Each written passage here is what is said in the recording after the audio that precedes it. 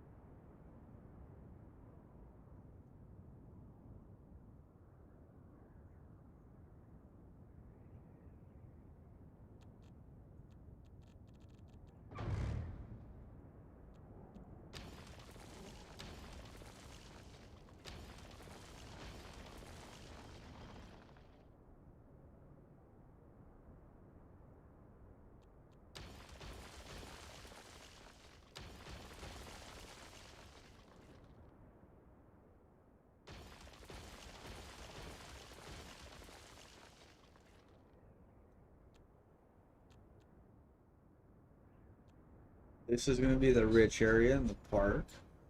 It's gonna be industrial up there, and this is going to be income housing. There, we're bet set. Now, if only to find a way to fucking do this. Where are these roads? Oh, okay, so it's a similar.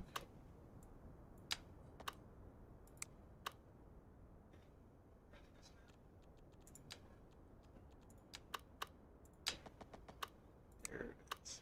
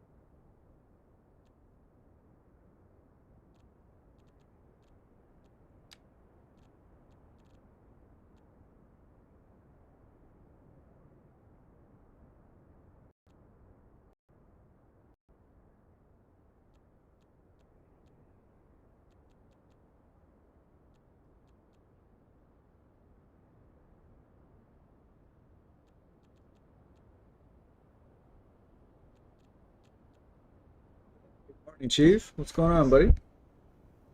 I'm just here having my morning coffee. Playing this game here I've never tried before.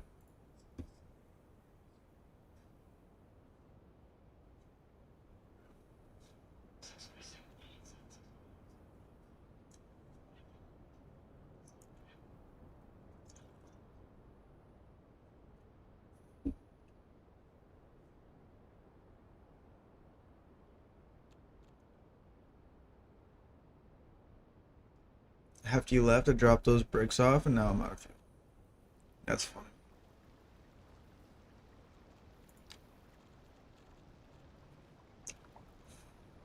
How? It's like it's a 4-lane road, as small as it gets. I just need like one lane on each side, but like without the stupid parking.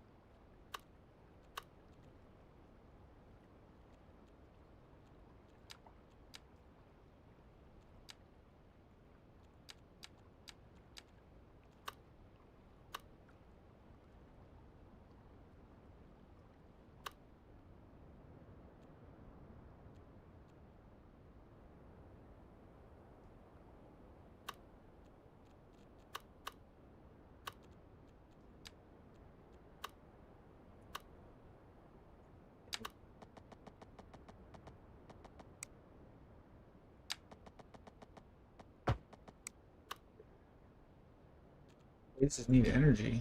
Okay. Nuclear power plant should suffice.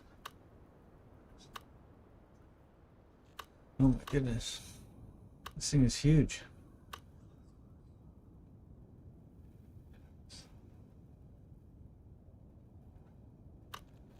Could I buy land?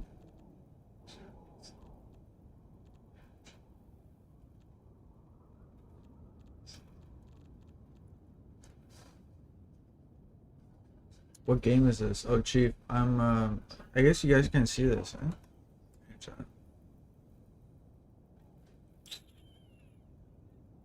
Where's the game?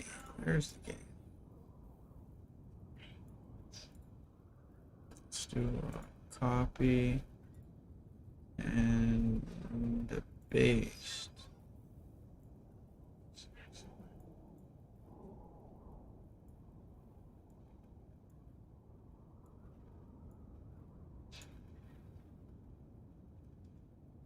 Hey, this game.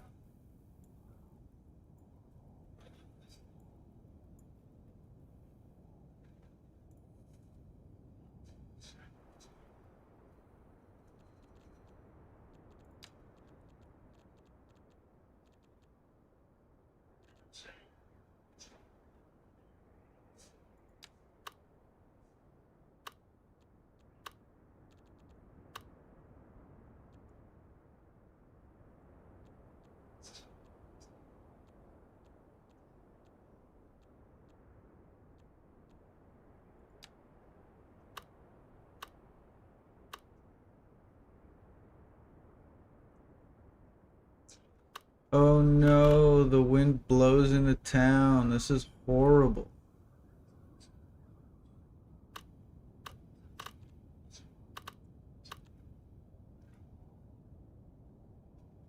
This is poorly planned. Then I should have put industrial along this way. And that should be all residential and bullshit. Ah, I need to restart this. I did not know that's which way the wind blew. Does the wind change? You guys know? The wind never changes.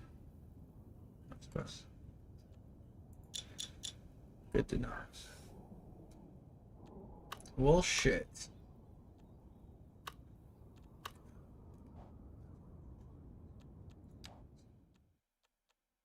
New game.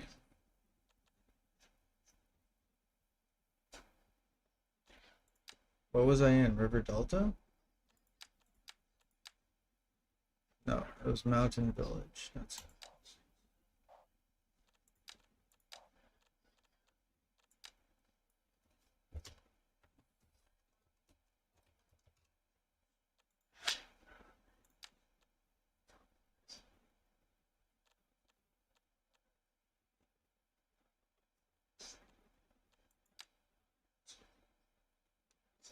Yo, where the snacks at, brother? Sheesh, I'm still working on my morning coffee.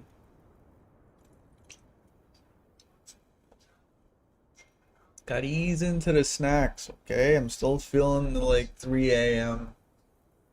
fast food. Ease into the snacks.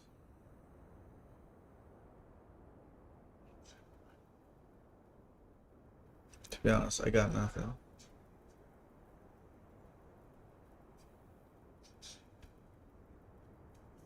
Poutine flavored coffee, yum. Yeah,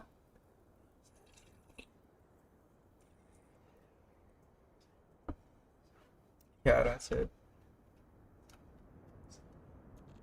Okay, so this needs to all get fucking deleted.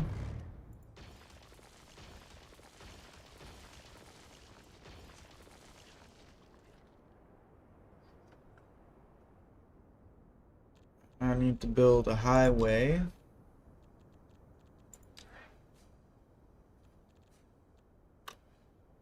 Find out which highway we have here because it should be this one. Yeah.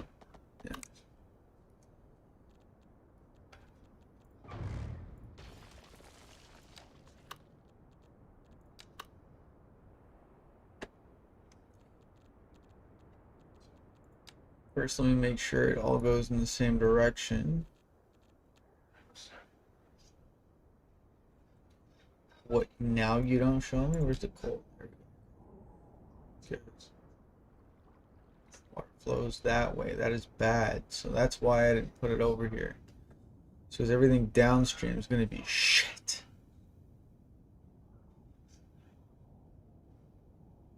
I guess if I just put the pollutants at the end and tell the people not to swim in it. Or what are the chances I could redirect it this way?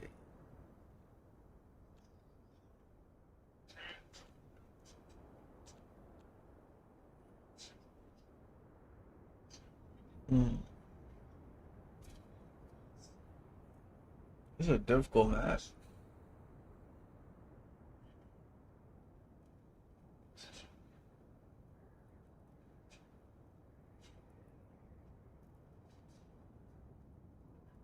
What if I put industrial towards the back?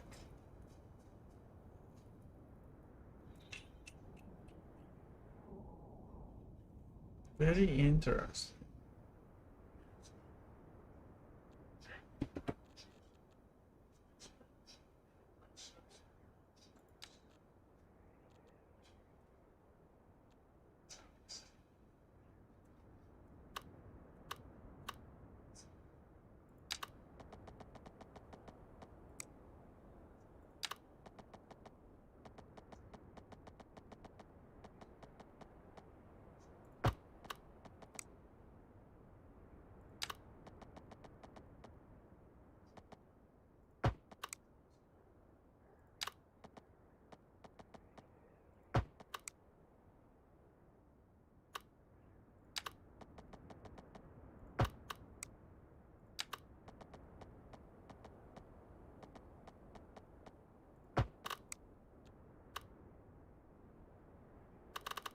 Think that's enough power to generate this whole place ting here?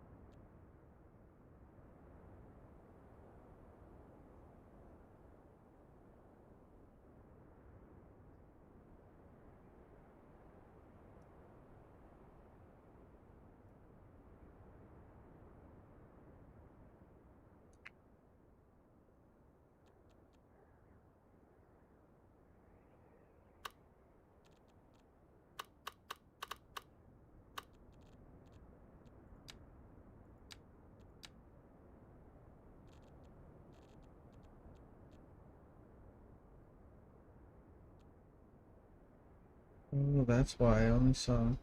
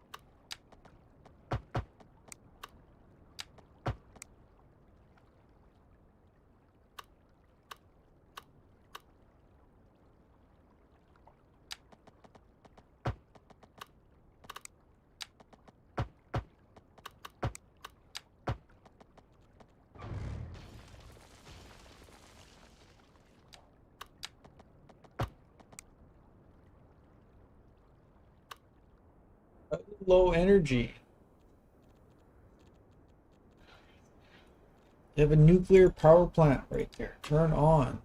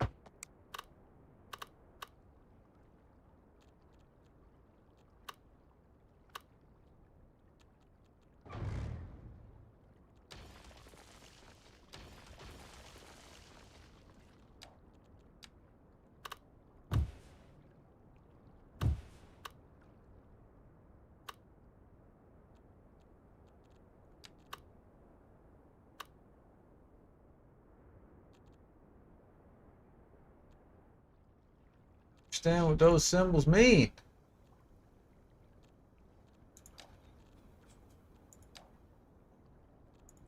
Give me water.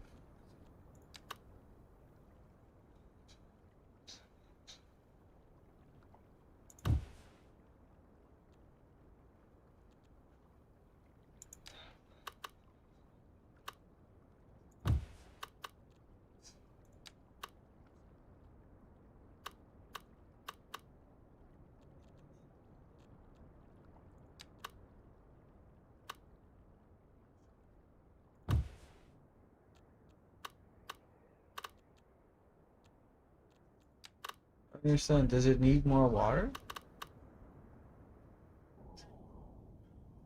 So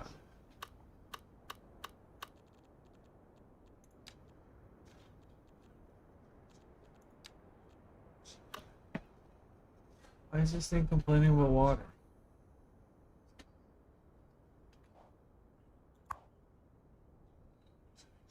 Not enough water. What are you guys complaining about? Extracts water can be upgraded. Water facility overloaded.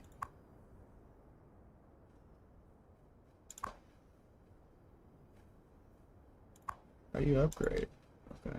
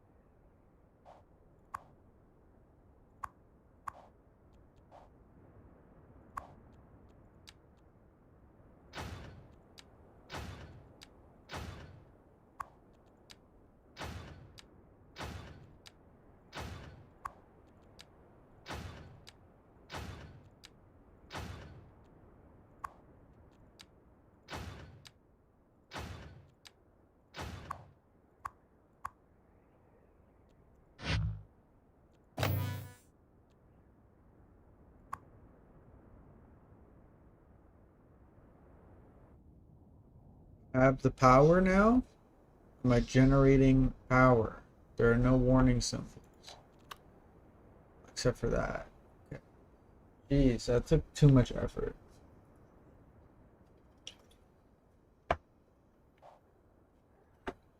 How many times am I going to restart this fucking thing?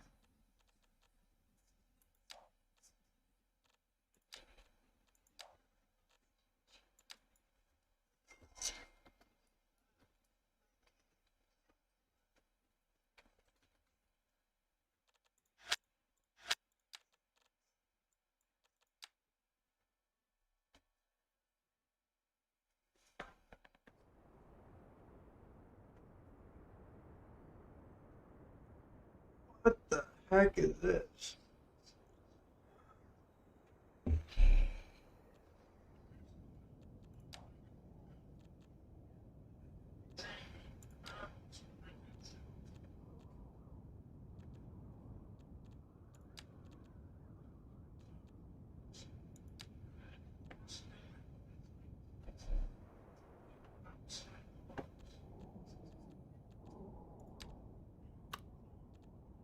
It's a nuclear power.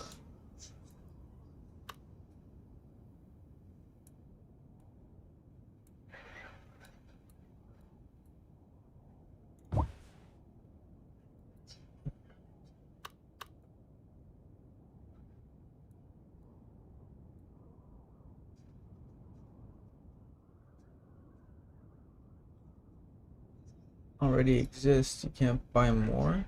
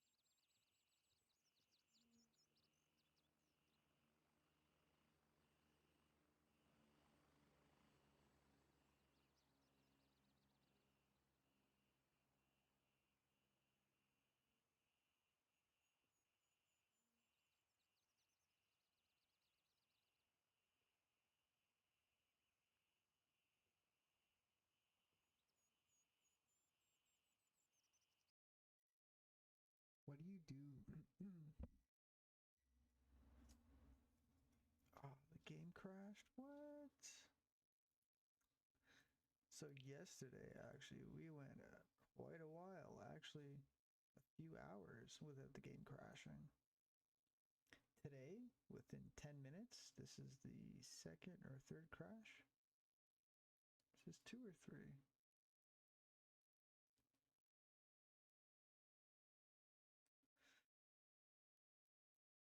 There was one before we started recording, and I don't remember if there was 2 more since or if this is the second.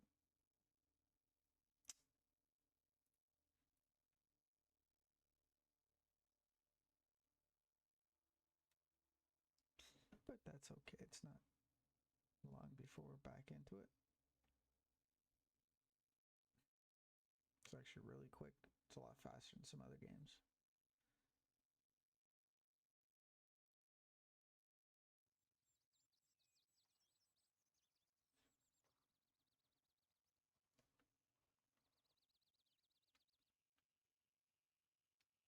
Oh, hey there.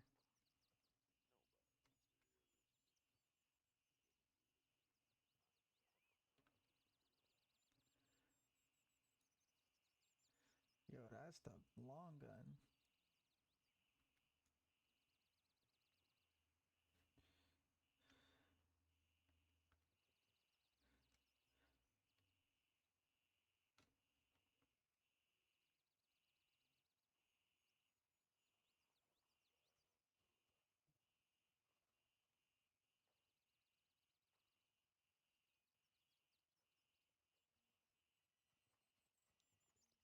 Whoa, where are you gonna snipe to, man? You don't have to leave base to hit him, you just aim from here.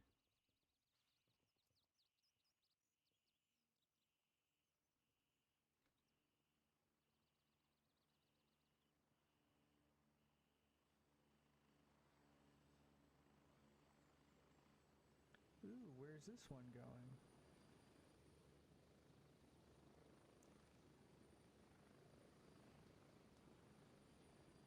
Nice gloves.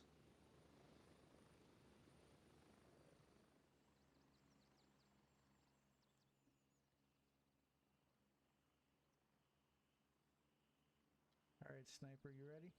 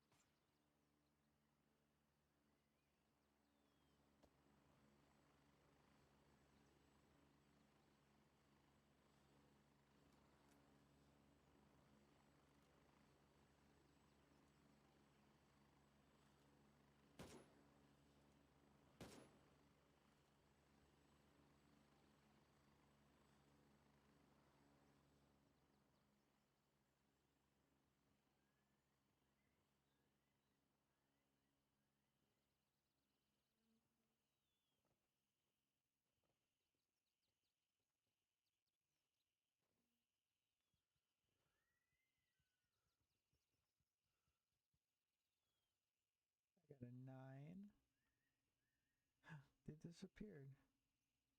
Pretty sure I got 2 9s. Got a 9 and a 9.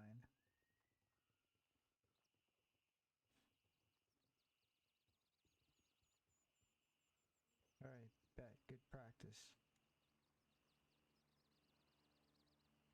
How long till your bird gets here? Hey, MX kid. The game is called Gray Zone Warfare.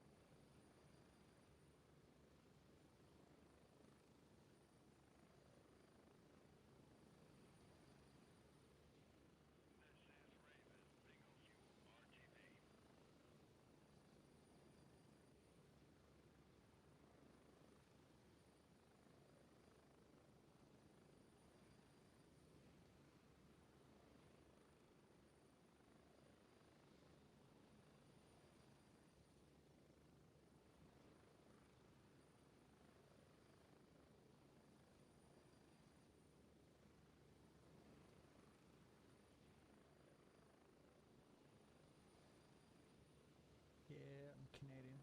Just not far from Toronto, buddy.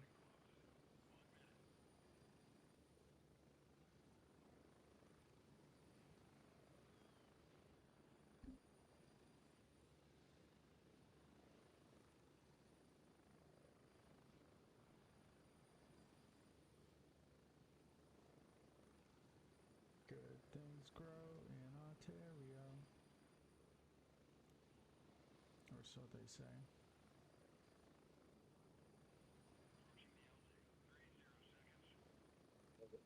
You play too?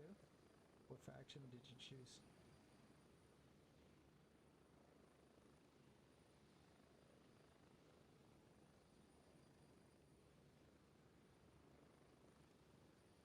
Looking at.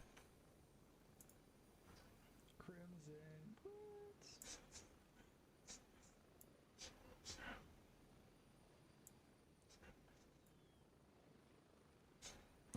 We're looking at one of my YouTube videos. I'm just watching YouTube. Can't see any gameplay. Serial killer, what's going on? Oh, welcome back. Is my big head in the way? What are you fighting with your printer over? Question is, Outcast, can you spot the 3 differences? What's the problem now?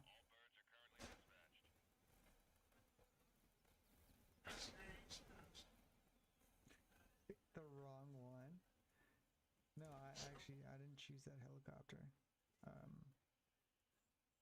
I was just messing around at the base, trying to like find somebody to play with, cause like fuck, that's the hardest part of this game. Is trying to find people to communicate and play with you.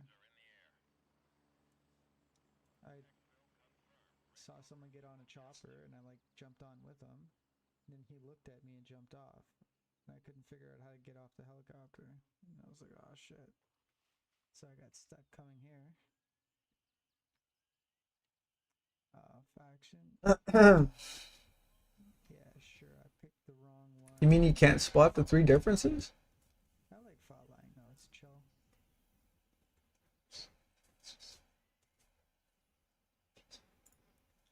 Lemang.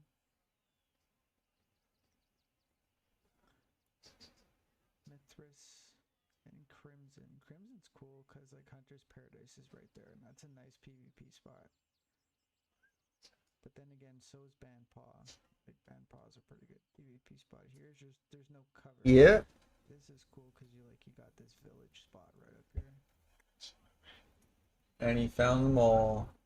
Yeah, where, what are the 3? Huh? Did you actually find them? I can't wait to be able to like do something in the middle here. Like I feel like that's such a needs to be more in between. Did you actually find them? There's like a whole lot of nothingness. Up, left, and down. What? I hate being shot at by someone standing in a bush and I can't Up, see him. left, and down. Is it realistic? Yeah. The heck kind of answer is that? No, at the same time, right? Like, why are you standing in the bush, Mr. AI?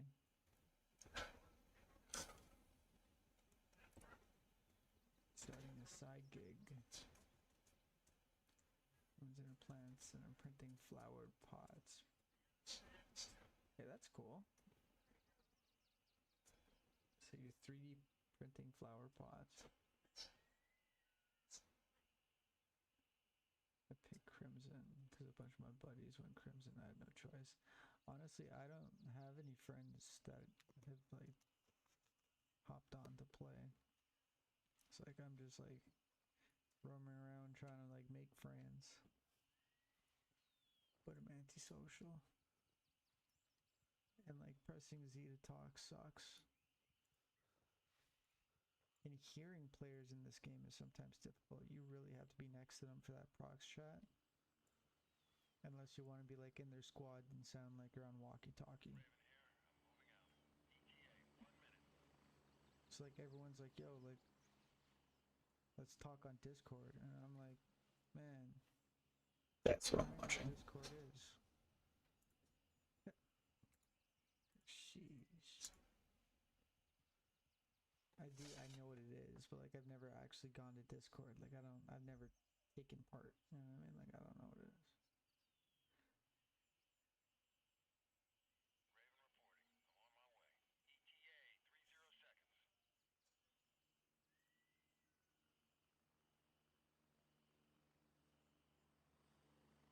Hey, but if they look cool, man, if there's value, people will pay.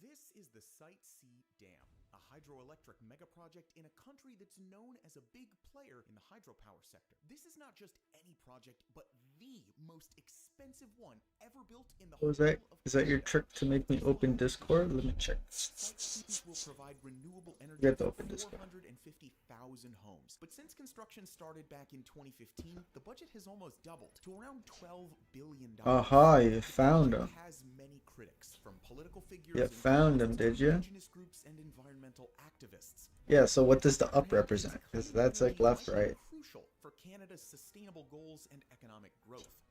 Despite the controversy, the developer is determined to finish the project. Why? Well, in today's video, we're gonna find out as we take a deep dive, increasing British Columbia's entire supply by about 8%. Not only that, but the electricity will be renewable, available on demand, and relatively affordable, at least according to the builders. So, what's the catch? If Site C can produce so much renewable energy, why has it come under criticism? To find out, let's turn back the clock for a second and try and understand the bigger picture. This is the Peace River in 1872, long before anyone was thinking about using it for hydropower. And this is the Peace River today. You see, Site C isn't the only dam on the river. There are actually 3, and they're all part of one huge hydropower project that was first proposed back in the 1950s. The first dam, the WAC Bennett, was built in 1967 and created the Williston Reservoir. The dam was, at the time, the largest earth-filled structure ever built, and to this day, Williston remains the 7th biggest reservoir by volume in the entire world. Several years later, in 1980, a second dam was built further downstream at Peace Canyon.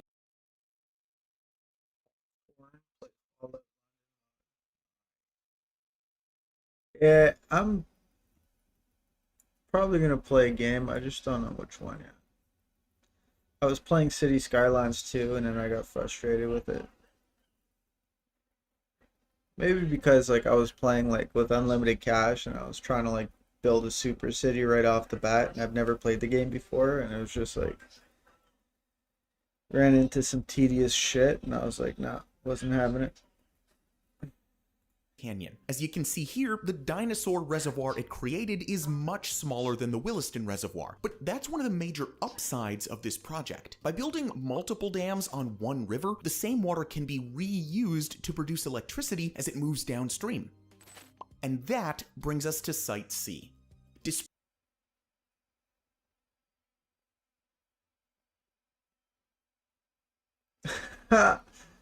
Well, thank your cat for me. Give her some pets. Despite years of pressure from BC Hydro, the publicly owned company behind all 3 dams, the provincial government repeatedly rejected Site C. BC Hydro was predicting a 2% rise year over year in the demand for electricity, but the provincial government just flat out saw things differently. Until finally, in 2014, the project was approved. What changed? The people.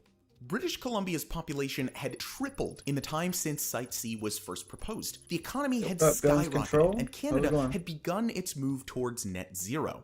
With all that in mind, the provincial government finally agreed that there was sufficient demand for more electricity. And in July 2015, with the budget set at around $6.4 billion, construction finally began. But as per usual with these mega projects, not everyone was in agreement. Before signing off on Site C, the government had ordered a thorough review of the project. The man in charge of the process was called Harry Swain, and he spoke out publicly on the proposal. He disagreed completely with BC Hydro's justification for Site C. My name is Harry Swain, and I chaired the Joint Review Panel on Site C.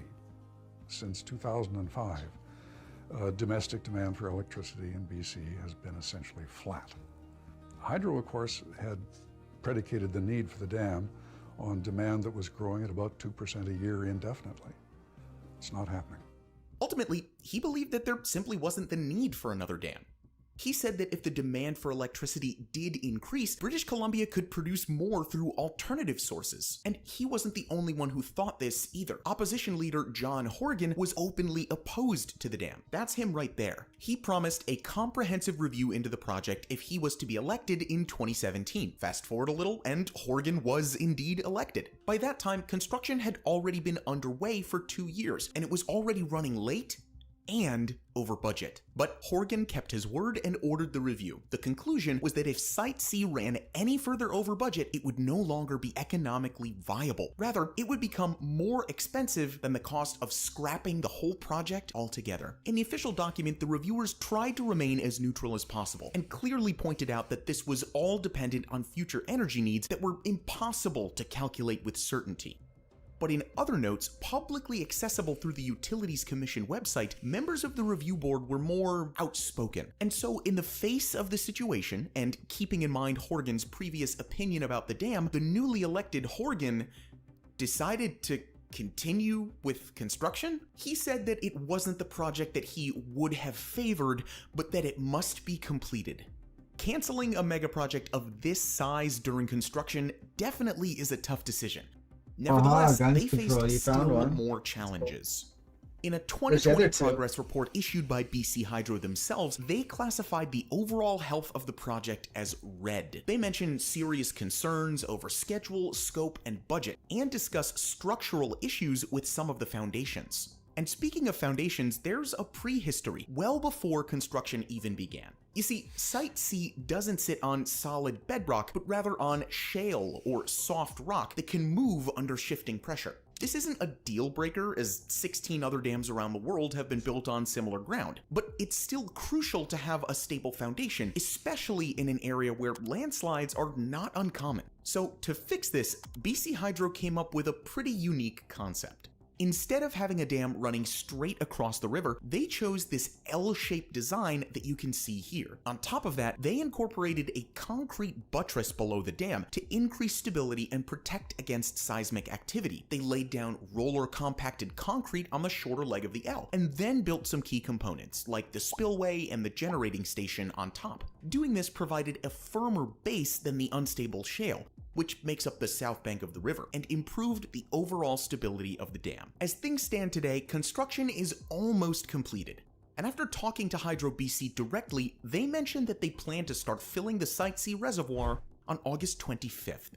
The most recent estimates put the real cost here at around $12 billion, making it the most expensive dam that Canada has ever built. Part of this cost increase was attributed to geotechnical delays and construction slowdowns caused by COVID. But the real cost isn't only measured in dollars and cents. The controversy around the dam is about more than just money or even safety. You see, Site C sits on Treaty 8 land. Treaty 8 is an agreement dating back all the way to 1899. It covers an area bigger than France and protects the rights of 39 Indigenous First Nations communities to hunt, fish, and trap on their ancestral land. Flooding the Peace River to create the Site C reservoir will destroy almost 10,000 hectares of this land, infringing the constitutional rights of the Treaty 8 First Nations. Even John Horgan, before his 180 on the project, spoke out on behalf of Treaty 8, and he wasn't alone either. First Nations in the region have entrenched constitutional rights, not just the requirement for consultation and accommodation, which That's we always number hear about. two, when we're guns talking about control. resource There's still projects. one But more. they have entrenched constitutional rights to practice hunting and fishing as before. What do you mean you can't find and the that's going to be last? violated by this dam. And I think the Treaty 8 bans and Chief Liz Logan, very articulate, is going to push the government on this very heavily. In 2019, the United Nations called for construction to be suspended until an agreement was reached with the affected First Nations. Construction didn't stop, but eventually an agreement was reached. And of course, a mega project like this affects more than just people. The Peace River Valley is also home to a wide range of wildlife that'll be displaced or killed by the reservoir. One report states that there are at least 63 species threatened by the construction. In fact, the WWF openly condemned Site C, saying it will cause irreparable harm to local wildlife. Beavers, birds, bears, and elk will all lose access to their natural habitat and migratory routes. BC Hydro planned to replace the wetlands that the project will destroy, but rebuilding ecosystems takes a long time. I was And just critics say sitting the here. damage will already be done. So, looking at the big picture here, it's fair to say that Site C, just like many mega projects we cover, faces a lot of challenges, economically, environmentally, and socially. So, you might be wondering right around now why BC Hydro and the government are so determined to push ahead with it. Well, there are three answers to that question. The first is the most obvious: electricity. Site C will produce clean, renewable electricity for over 100 years, and lots of it. When it's operational, the output will be enough to power 1.7 million electric vehicles every single year. And hydroelectric power is actually one of the cleanest forms of electricity that there is. BC Hydro actually says that Site C will produce fewer greenhouse gases per gigawatt hour than most of the alternatives, including wind and solar. But it's not just the amount of electricity that's important here, it's also the availability. Inside the dam, there's something called a headgate. It opens and closes to control the amount of water that flows through the dam at any given time. By using the headgate, the dam can produce more electricity when demand is high and reduce production when demand is low. This is a pretty crucial difference between hydropower and other renewables like wind and solar. We can't control how much wind or sun there is, but we can control how much water flows through a dam. That makes hydroelectric projects like Site C super efficient. And because Site C is the third in a series of dams on the same river, it's even more efficient. In fact, by reusing water from upstream, Site C will actually produce 35% of the electricity that's generated at the bigger WAC Bennett Dam, but with only 5% of the reservoir area. As a result, Site C provides a large amount of clean electricity using a relatively small amount of land. Yes, thousands of hectares will be lost to flooding, but way less than if the dam was built on a river without the existing infrastructure. And at the end of the day, the electricity has to come from somewhere, right?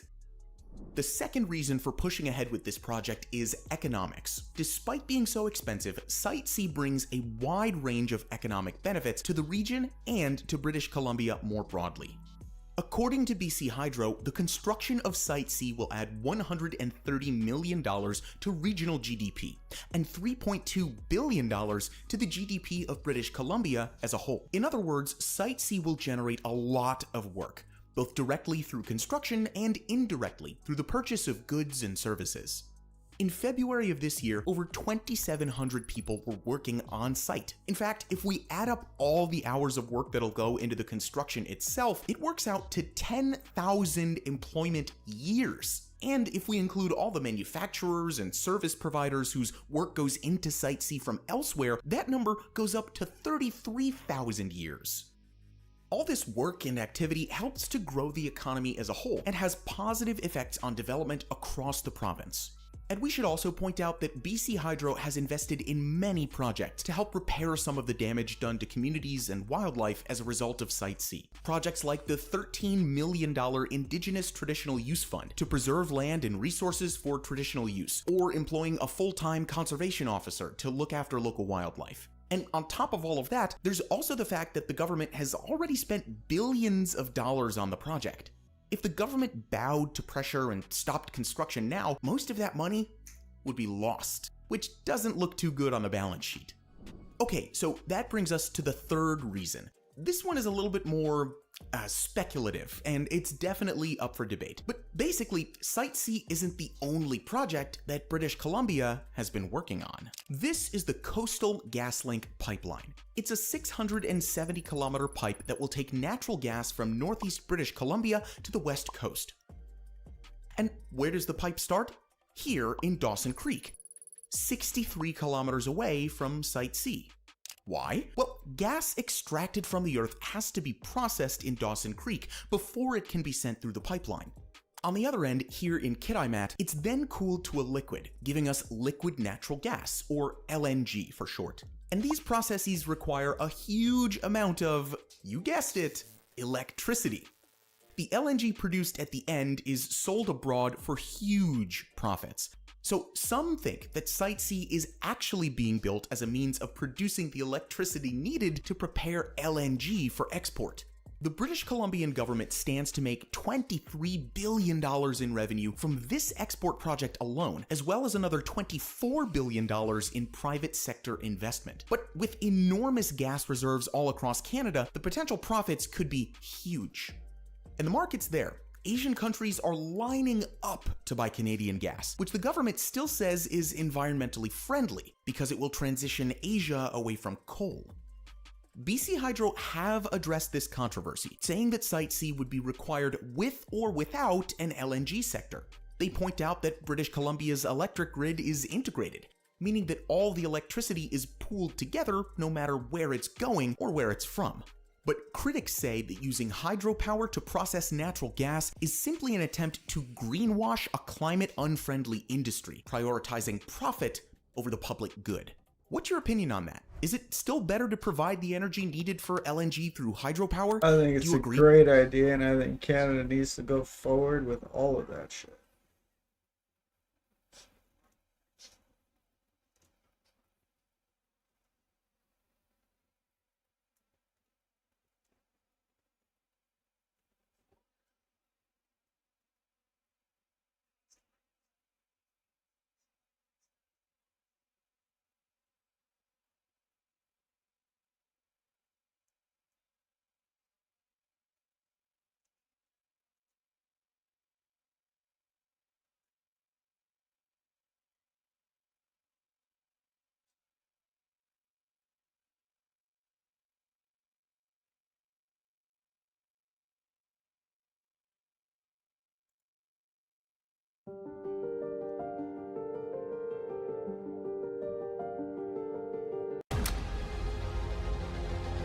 And is damaged, can't be fixed, it can't be demolished.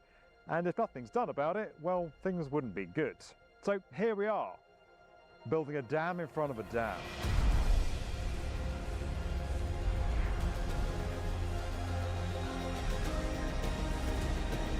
But how do you replace something as massive as a dam in the middle of a mountain range?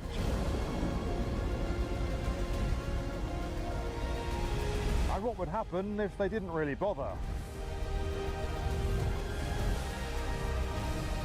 I've come to Switzerland to find out.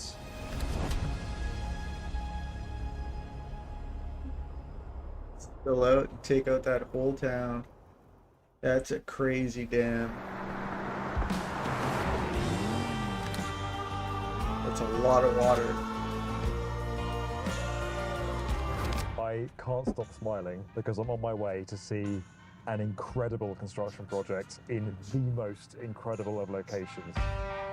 Everything about this project is epic, including the drive to get here.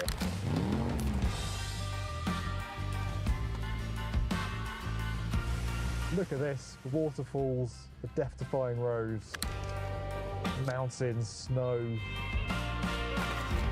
It's like something out of a Bond movie. You expect me to talk? No, Mr. Bond, I expect you to die. Now, I'm not Sean Connery, and trust me, that ain't an Aston Martin, but I am here on a very special assignment of my own. You see, about 20 miles that way is an historic piece of infrastructure that served the people of this region well for nearly 100 years without any problems at all. That is, until now.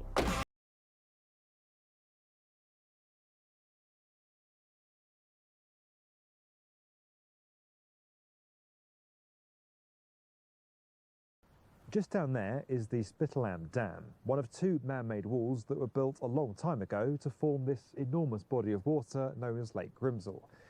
Why does any of that matter? Well, it may not be as famous as the dam it looks exactly like in America, but this structure does have its own place in history. You see, Spittelam is one of the world's first large arch gravity dams. It was built up here in the mountains between 1925 and 1932 and is actually older than the iconic Hoover Dam that we all know and love, which completed 3 years later. At 114 metres, Spittelam was also one of the tallest dams in the world when it finished. The vast structure was built by some 600 construction workers, almost entirely by hand. But hold on a minute. For those of you sitting at home wondering what on earth an arch gravity dam is, well, let's rewind a bit.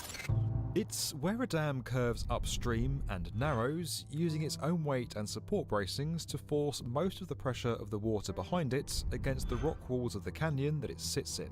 They're ideal for when you're in an area of particularly hard rock, just like this part of the Alps, and they require less material than similar methods.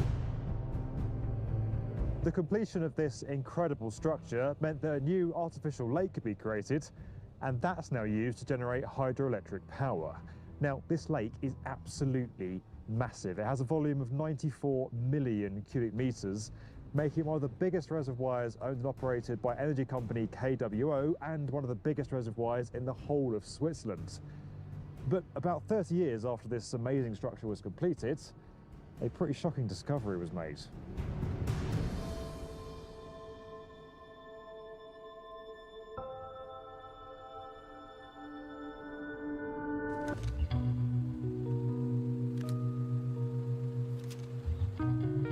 Back in the 60s, when the area was becoming popular with both tourists and filmmakers, some tests were made on the dam which threw up some very worrying results. Investigators found a big old crack on the lake side of the structure.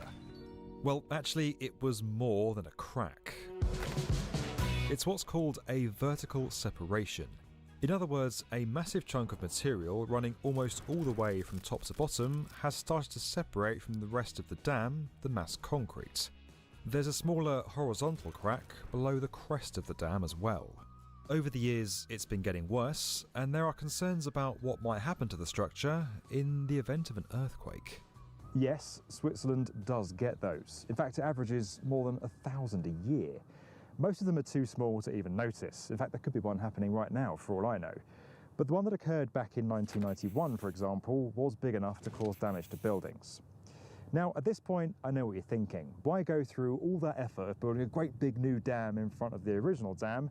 Why not just repair the original dam or fix that crack somehow? Well, that was the original plan. Break off the material that's already separating and patch it up with some new, better quality concrete so that it's even stronger than before. But it turned out to be too risky. An investigation showed that doing that could lead to a so-called alkali aggregate reaction, which could cause long-term damage to the concrete.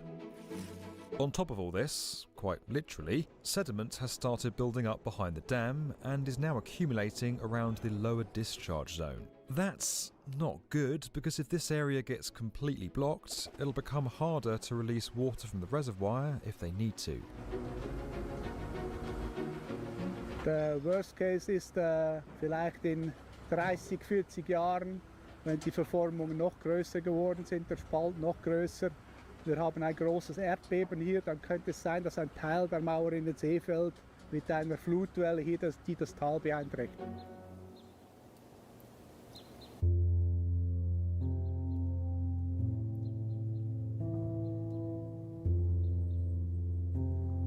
So what if they just removed the dam? Well, that would mean all of that water having to go somewhere else. And because it's used to generate hydroelectric power, that would leave a gap in the energy grid. That left them with only one option: build an entirely new dam in front of the old dam and then flood the massive space between them using a tunnel. The original dam I'm currently standing on is going to be retained. It's a piece of history after all. But the job of carrying the weight of all that water is going to be taken over by the new, younger and fitter dam. Now, when I say it like that, it sounds really simple, but trust me, it's not.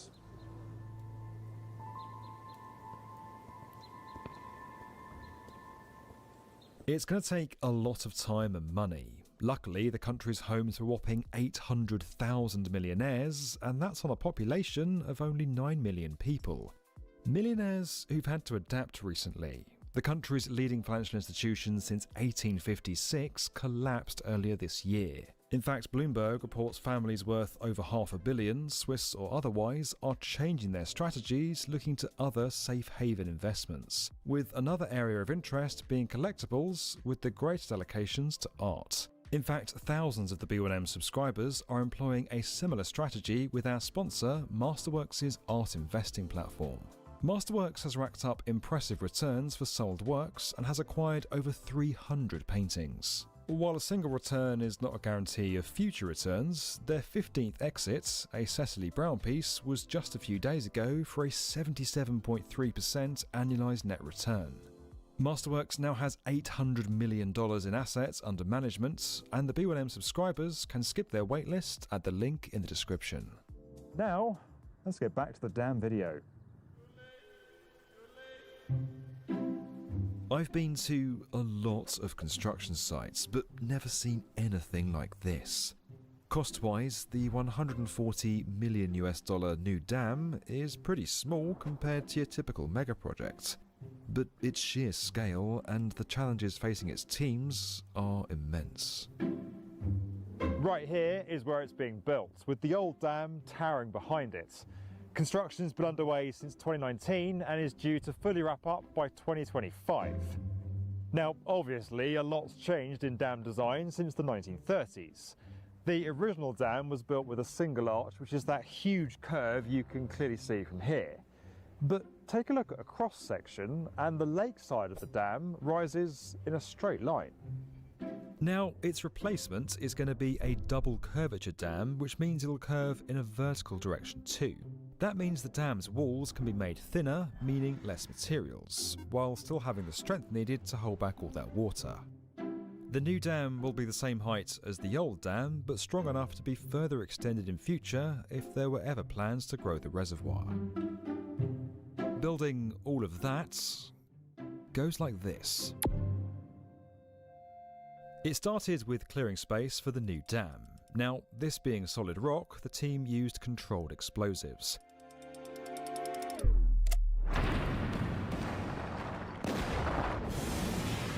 And doing that right next to the old dam that's holding back a massive lake full of water without damaging it is just about one of the trickiest construction manoeuvres ever pulled off. From there, the vast dam wall is rising as a series of staggered 15-metre wide towers over the course of 4 summers. It's built like that so that each segment can dry or cure faster and to increase the overall strength of the dam wall. Das Schwierigste an diesem Projekt ist die Sicherheit der alten Mauer. Wir arbeiten direkt vor einem vollen See und müssen jederzeit sicher sein, dass der alten Mauer in dem See nichts passiert. Also auch bei den Sprengarbeiten zum Beispiel, bei allen Tätigkeiten, die wir machen, muss die Mauer sicher sein. Overall, some 215,000 cubic metres of concrete will be used. Next, a huge tunnel is being carved through the mountain. That will allow water to be discharged from the reservoir and sent downstream if the levels ever get too high. But before the excavation can be completed, the reservoir must be completely drained by sending all of that water down into the hydropower system. Teams will then clear the sediment on the lake bed and dig the rest of the tunnel before allowing the reservoir to refill naturally. After that, they'll gradually flood the area between the two structures, and the new dam will take over the task of holding back the weight of the lake. The old dam can then enjoy its retirement, in the same place it's always been, and having finally lost its near century-long battle with the lake.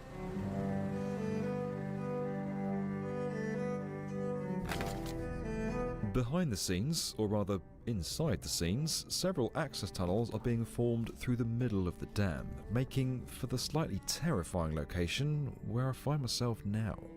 That's right, I'm currently stood in the middle of the dam with enormous amounts of concrete around me. Just through there is the old dam, and the other side of that is several million cubic metres of water, which when you're standing in a place like this, isn't such a great thing to think about.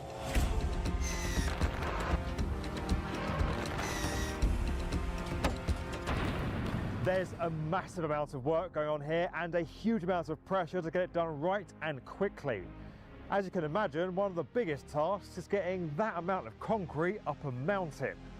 But they found a clever way to do it.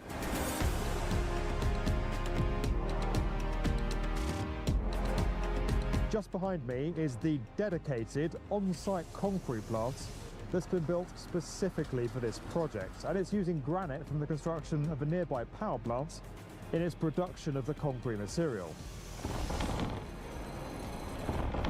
It's just one example of how the construction process on this project is being shaped by its extraordinary location.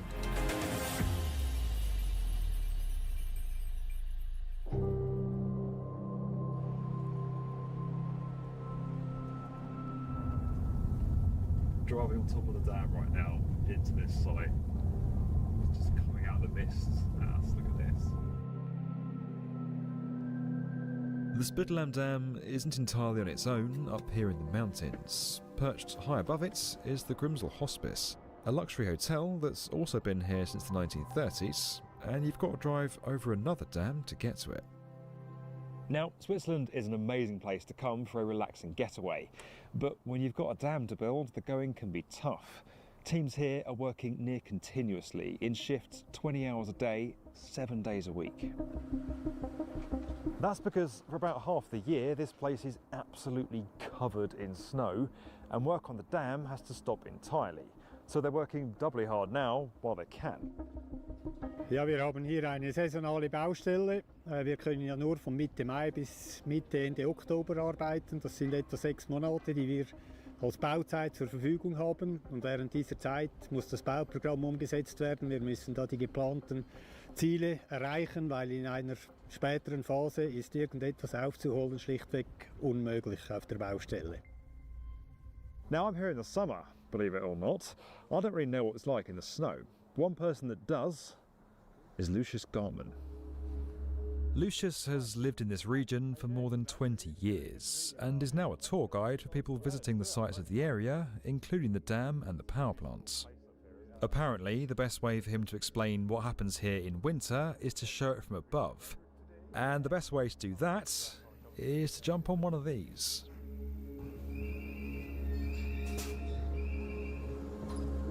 But these gondolas are more than just a tourist attraction, right?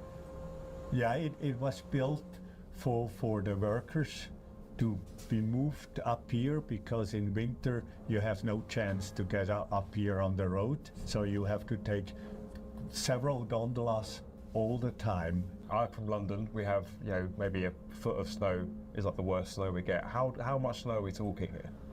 Well, it's very different, but sometimes we have 3 meters of snow up here. 3 meters yes, of snow? 3 meters of snow, yes. Basically, when the cold sets in up here, you need more than just a thicker pair of socks. The site almost disappears under snow. If the project didn't shut down, those working at height would have to endure 200km/h freezing winds. There's the threat of avalanches. Pouring concrete would become next to impossible. None of it sounds good. You know, they stop the construction site mid-October till mid-May, and they cannot maintain the construction because of the snow, and it's much too cold for work with concrete. Enormous piles of snow aside, there's the sheer remoteness of it all. The nearest city, Lucerne, is about 50 miles away behind numerous sharply twisting mountain passes, which can make getting the right materials, equipment and people to the site very difficult, even when the sun's shining. Take the 2 massive red tower cranes behind me, standing 92 metres above this site. They had to be built in sections, brought here by 70 different lorries through the twisting Grimsel Pass, the only route they could take. And because there's not much space on this site, they had to be assembled straight away. There's no room for storage. So timing those deliveries perfectly was an immense challenge. Compared to your average construction projects, it all feels like a lot of hard work. But like all major infrastructure schemes, there's a bigger payoff here. You see, out of sight, deep below the surface of its reservoir, this dam plays a critical role in keeping the lights on across Switzerland. That all happens in a turbine room deep inside the mountain underneath the reservoir. And to get there, I've got to go through here. I'm now driving through a mountain and under a huge reservoir. Look at the sat nav. We are going under a lake.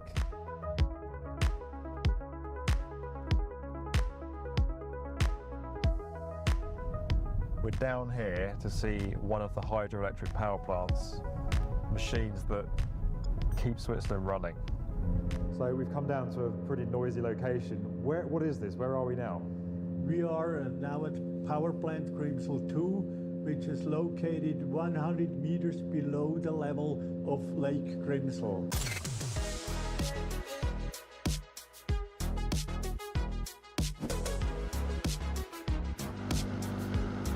With all our 13 power plants, we maintain 21 turbines and, very important, 5 pumps.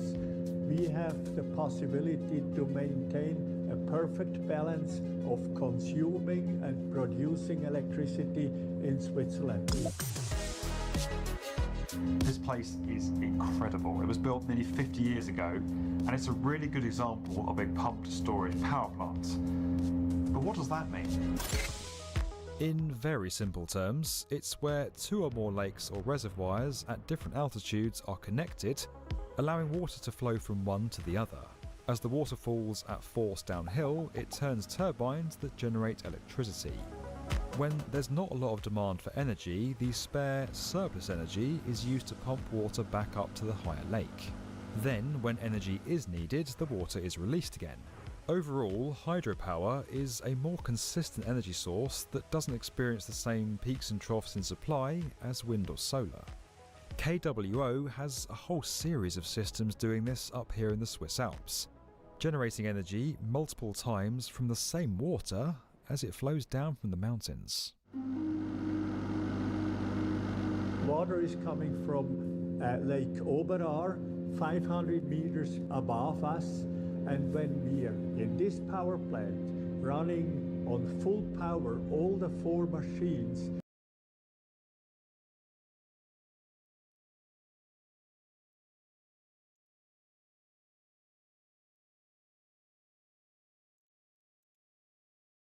February 27th is Election Day in Ontario. Learn more at elections.on.ca. Meet your butt's new bestie, the glute sculpting leggings from Gymshark's Lift Seamless collection. With The S3 is a system for controlling human will and consciousness. S3 is not you, a soldier trained in the image of Solid Snake. It is a method, a protocol that created a circumstance that made you what you are. There's no such thing in the world as absolute reality. Most of what they call real is actually fiction. What you think you see is only as real as your brain tells you it is. Your role, that is mission, is to infiltrate the structure and disarm the terrorists. What is real? How do you define real? If you're talking about what you can feel, what you can smell, what you can taste and see, then real is simply electrical signals interpreted by your brain. You've been talking to an AI. That's impossible. The kernel probably isn't GW per se. GW was most likely stimulating cortical activity in the dormant part of your brain through signal manipulation of your own nanomachines. The kernel is, in part, your own creation, cobbled together from expectations and experience. That's crazy! But it's probably the truth. The virus may be starting to affect GW, which would explain the kernel's behavior. It was all an illusion? Everything I've done so far? Right. Snake, what's happening around here?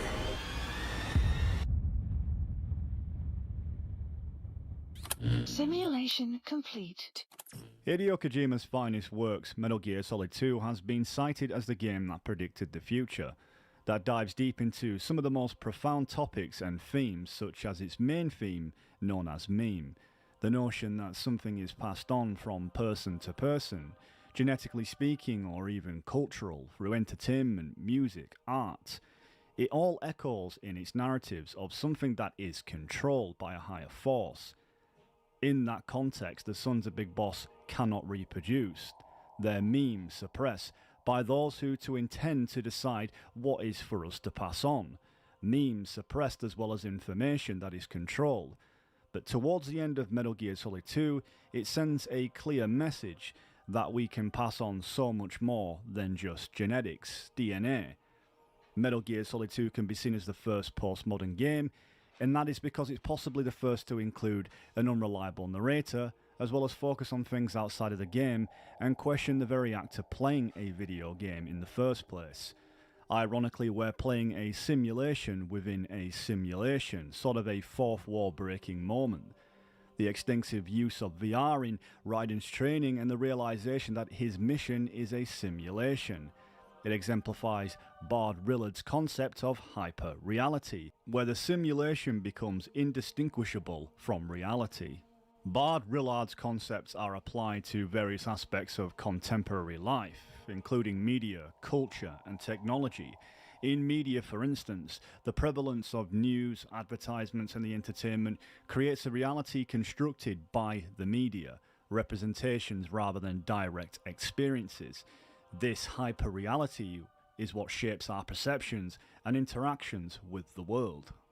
So when we look at hyper-reality as a condition in which reality and simulation are indistinguishable, in Raiden's case, simulations are perceived as more real than reality because it's constantly reinforced as a only reliable source of information, and any outside forces are challenged by that main larger forum.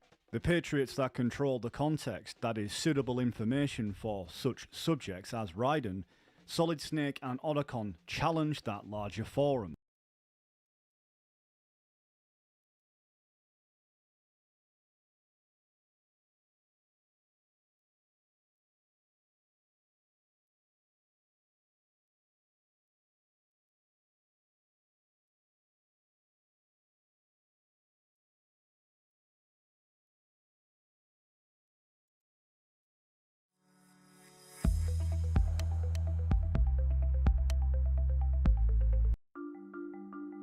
Early in the morning of December 14, 2005, pumps were nearly finished filling the upper reservoir at the Tomsock Power Station, marking the end of a daily cycle. Water rose to the top of the Rockville embankment, reaching the concrete parapet wall that ran along the top of the dam. But the water didn't stop. One of the two pumps shut off, but the other kept running. And soon the water was lapping over the wall. Within minutes, those splashes turned into a steady stream, cascading over the parapet, pouring against the embankment on the other side. The rock fill eroded slowly at first, but the hole grew deeper and wider. The pump finally shut off, but it was too late. The footing of the parapet wall had already been undermined. The wall tipped over, and a massive surge of water was unleashed down the mountainside, headed directly toward a state park. This award-winning pump storage facility, considered a model of modern engineering, immediately became the center of intense scrutiny. And what the investigations found would change a lot about the field of dam safety. I'm Grady, and this is Practical Engineering.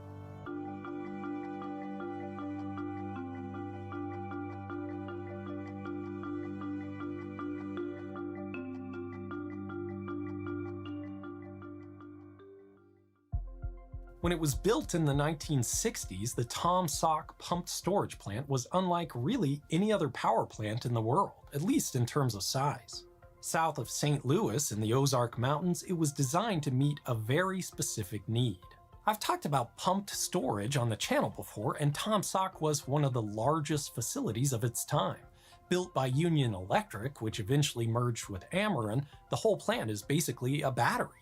It's actually a net consumer of electricity, which is normally not a good thing for a power plant, but managing the power grid isn't only about how much electricity you can produce, but also when you can produce it. Large coal plants in the Missouri area could make lots of power, but they couldn't ramp that production up and down to accommodate fluctuating demands throughout the day. So Union Electric proposed a clever solution, one that's pretty common today, but was innovative for its time. 2 reservoirs were constructed, one low on the East Fork of the Black River and another near the top of Prophet Mountain, Missouri's 6th highest peak. Between them, a hydroelectric plant with 2 reversible turbines. When electrical demands are low, rather than reducing the output of thermal power plants, that energy can go toward pumping water from the lower to the upper reservoir, usually overnight. Then when demand spikes during the day, all that stored potential energy from cheap electricity can be harvested and put back on the grid by reversing the system to generate hydropower. Of course, you don't get all the power out that you put in. Some of that water evaporates or leaks out, and there are losses of energy in the pumping and generation, but with an overall efficiency of around 70%, it was more than enough to justify the enormous cost of building and operating 2 reservoirs and a power plant that doesn't produce any of its own electricity. The most striking part of the whole facility is the upper reservoir. It's just such an unusual sight, a circular dam, sometimes called a ring dike or ring levee, perched on top of a mountain. This is not usually an efficient way to build a dam. We typically construct them across valleys so that the natural topography can form the sides and back of the reservoir. With a so-called off-channel reservoir, you have to build the dam all the way around, increasing the costs and the engineering complexity. But there are no valleys at the tops of mountains, and that height is an essential part of a pump storage facility. The power available from falling water is really simple to calculate. Multiply gravitational acceleration, the density of the fluid, the volumetric flow rate, and the difference in height, called head. We can really only change 2 of these. So for a specific power output needed for a specific duration, you can trade height for flow. The greater the difference in height between the 2 reservoirs in a pump storage facility, the less water you need to move, which reduces the size of all the infrastructure and thus saves costs. The mountains in southeast Missouri provided a perfect location for the project, creating about 750 feet or 230 meters of height between the upper and lower reservoirs. Actually, the whole facility is named after the highest mountain in Missouri, Tom Sauk, which was the original site for the upper reservoir until there was too much pushback about building a project there, so they moved it to a slightly lower peak nearby. And they encountered some challenging conditions during construction, forcing the engineers to realign the dam to avoid an area of weak geology, giving it that unique kidney bean shape. The original dam was built as a rock fill embankment, basically just dumping a long pile of rocks around the perimeter of the reservoir. Rockfill usually works well as an embankment if you have a good source of material nearby. It's really strong, it doesn't require a lot of compaction, and it doesn't settle much over time like soil fills do. One thing rockfill doesn't do well is hold back water. Too many spaces between the rocks. So concrete panels were installed all along the inside of the reservoir to make the embankment watertight. A tunnel connected a Morning Glory inlet through the mountain to the generating plant. The inlet was set into a basin 20 feet or 6 meters below the bottom of the reservoir to suppress the potential for a vortex to form as it was drained each day. The whole project was designed to be operated remotely with no on-site technicians required. Another innovation for the time, but one of the many decisions that would prove disastrous. Farmway Foods provides convenient, free home delivery of vacuum-packed, naturally raised Ontario meat with quality guaranteed. For most of its life, the Tom Sauk station operated on average around 100 days per year, usually during the hot summer months when electricity demands were more variable between night and day. Deregulation of the electric power markets in the 1990s opened up the possibility of selling power to other utilities. Those 100 days per year went up to 300, meaning the upper reservoir cycled up and down, often twice per day, nearly every day of the year, and that was starting to cause some problems. The upper reservoir had dealt with leaks essentially since it started operating in the 1960s.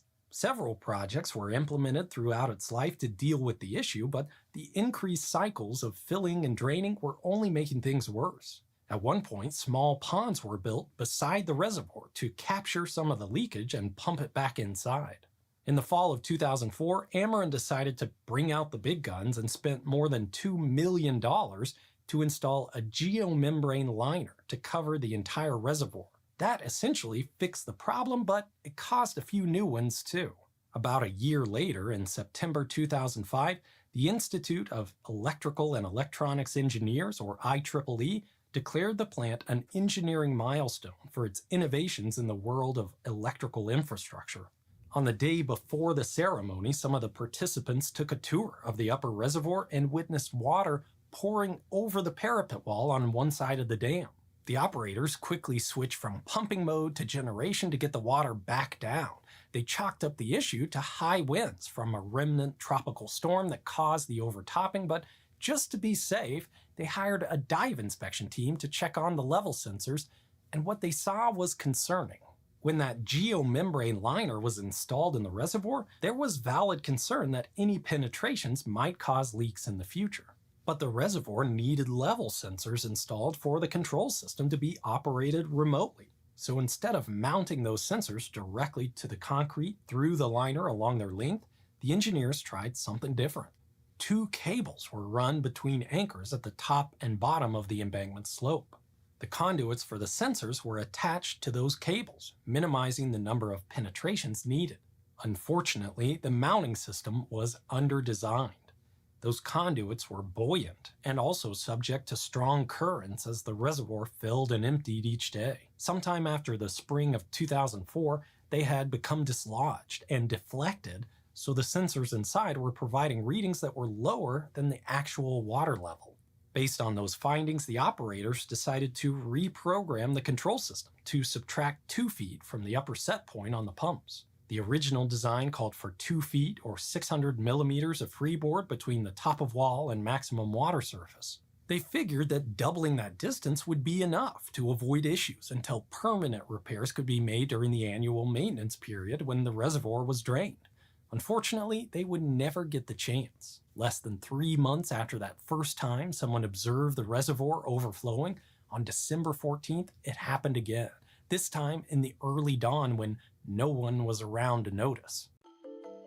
Once the parapet wall collapsed, the water quickly eroded down through the dam, emptying roughly 6 billion liters or 200 million cubic feet of water down the steep mountainside straight toward Johnson's Shut-ins State Park, stripping away trees and rocks as it surged. By pure luck, the failure happened in the winter when the park was practically empty, but the park superintendent, his wife, and 3 kids, one of whom was only 7 months old, were swept away when the water demolished their house. Incredibly, the entire family survived the event, but not without suffering from injuries and hypothermia. the wave of water flowed into the lower reservoir where it would have gone anyway later that day, so there were no major downstream impacts. The event was investigated by the Federal Energy Regulatory Commission, and their conclusions were surprising. Like most events of this kind, a series of small oversights, which on their own wouldn't have resulted in a disaster, combined to cause hundreds of millions of dollars in damage, plus the effects on the family I mentioned. First was the embankment. That rock fill it was supposed to have been built from wasn't quite as rocky as the engineers who designed it intended. There was a lot more soil mixed into the fill, resulting in more settlement of the embankment over time. Unsound areas of soil in the embankment's foundation were also not properly cleaned out, making the settlement even worse. From construction to failure, some parts of the parapet wall were a full 2 feet or 600 millimeters lower than where they started. That settlement wasn't taken into consideration when the level sensors were replaced after the lining project in 2004. And with the sensors unattached and free to move around, there was no way for the logic controllers to know the actual elevation of the water in the reservoir. Fail-safe probes were installed on the parapet wall to provide a backup that would automatically shut off the pumps if the level got too high, but they were installed in a location that was actually higher than the top of the settled parts of the embankment wall. If the water hit those sensors, it was already overtopping parts of the wall, and they were incorrectly programmed in a way that required both sensors to be activated before the pump shut off. That first site visit when the water was running over the wall didn't trigger those fail-safe sensors, but no one thought to check them. And rather than ground truth the important elevations like the top of wall and all the sensor levels, they just decided to add a couple feet of margin and postpone a permanent fix. It would have been so easy to have someone on site during those last few minutes of filling the reservoir each day to verify the levels against the electronic measurements, or even a closed-circuit camera, especially after the enormous red flag of seeing it happen a few months earlier. But no one knew it was overtopping, and the owner hadn't notified the regulator the first time it happened, so there was no oversight for how Ameren responded. Probably the most significant error of all happened well before the facility was ever built. The design had no spillway. As an off-channel reservoir, there were only 2 ways water could get in: rain falling on top. We created these! We're 4 Canadian friends that quit our jobs because we hated our underwear. We couldn't take the chafe. Or water being pumped in. With enough freeboard for a rainstorm and the redundancies built into the control system, the designers never envisioned a need for a way to let water safely run over the top. Unfortunately, when you rely on complicated systems for safety, the likelihood for things to go wrong goes way up. These type of events are sometimes called normal.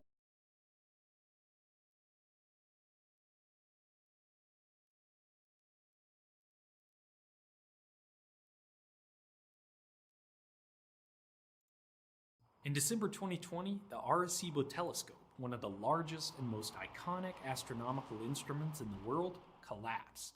This 57-year-old megastructure not only made incredible scientific discoveries over its lifetime, it was also an emblem of humanity's interest and curiosity about our place in the universe. Its loss was felt across the world. The National Science Foundation, who owns the observatory, recently released their report to Congress on the cause of the failure and the events leading up to it. Why was this telescope so important? How did it work, and why did it fail? I'm Grady, and this is Practical Engineering. In today's episode, we're discussing the Arecibo telescope collapse. Time or more space. The longer you focus on an object, the more resolution you get. But there's only so much time. To speed up observations, you can also gather radio waves from a larger area and focus them into a clearer signal. Arecibo took that strategy to the extreme with its 305 meter or 1,000-foot diameter dish, the largest in the world until China's half-kilometer FAST scope took the title in 2016. Located on the Caribbean island of Puerto Rico, the Arecibo Observatory was designed and constructed in the 1950s and 60s as a Department of Defense project to detect nuclear warheads in the upper atmosphere. The National Science Foundation took over the facility in 1969 to use it for more peaceful endeavors, with the help of a few managing partners over the years. A big part of Arecibo's mission is education and outreach programs to engage the public's interest in astronomy and atmospheric sciences. If you grew up in Puerto Rico, you almost certainly visited this incredible facility on a field trip, or 2 or 3. The most iconic part of the observatory was the massive radio telescope. Not only could it receive the faintest of radio signals, it could transmit them as well, allowing Arecibo to work as a celestial radar. It could send out radio signals and measure the returning echoes from nearby objects in space, including planets and asteroids. Arecibo facilitated some of the most exciting astronomical discoveries of our age, including the Nobel Prize-winning observation of binary pulsars, providing the first evidence of gravitational waves. The telescope's dish was constructed inside an enormous circular sinkhole. Although it looked solid from a distance, the reflector was a series of aluminum panels carefully suspended on steel cables. Because the dish was fixed to the Earth, it was constrained to point at whatever part of the sky happened to be overhead. Radio telescopes can be used during the day and night, so there's more sky to look at over the course of a day or year, but a telescope that can't steer is still pretty useless. The designers of Arecibo had a pretty clever solution to the problem. Rather than using a parabolic shape for the dish that would focus everything to a single point, they chose a spherical curve. Spherical reflectors don't perfectly focus all the incoming rays. That might sound like a bad thing, since you want to gather and focus as much signal as possible across the entire dish. The beauty of a spherical reflector is that by changing the position at which you measure the reflected waves above the dish, you're measuring those waves from different parts of the sky. You can essentially steer the telescope by choosing where to receive radio waves above the dish, allowing you to focus on various objects and track them as the Earth rotates. Focusing those waves to a narrow area above the dish doesn't do much good unless you have a receiver up there to collect and measure them. The Arecibo telescope was designed with a triangular platform suspended by steel cables above the dish to support the various instruments used to gather radio signals. To keep the platform aloft, 3 reinforced concrete towers, named for their positions on a clock of 4, 8, and 12, supported each group of cables. There were originally 4 cables for each corner of the platform, 3 inches or 8 centimeters in diameter. Big cables. Additional cables, called backstays, were connected to anchorages behind each tower to balance the horizontal forces, similar to the way suspension bridges work with their towers and abutment anchorages. Initially, the telescope used line feeds, elongated receivers that could gather signals within the focal line of the spherical dish. But they could only measure signals within a narrow bandwidth, so line feeds would have to be swapped to change the frequency of the telescope. Upgrades in 1997 included the addition of the Gregorian dome that uses 2 additional reflectors to focus radio waves. This dome allowed telescope operators to observe a much wider range of radio frequencies. But this Gregorian dome didn't just add capabilities, it also added weight, lots of weight, about 50% of the original platform. All of this extra load required some more support, so 2 auxiliary cables from the platform to each tower were added, plus more backstays to balance the load.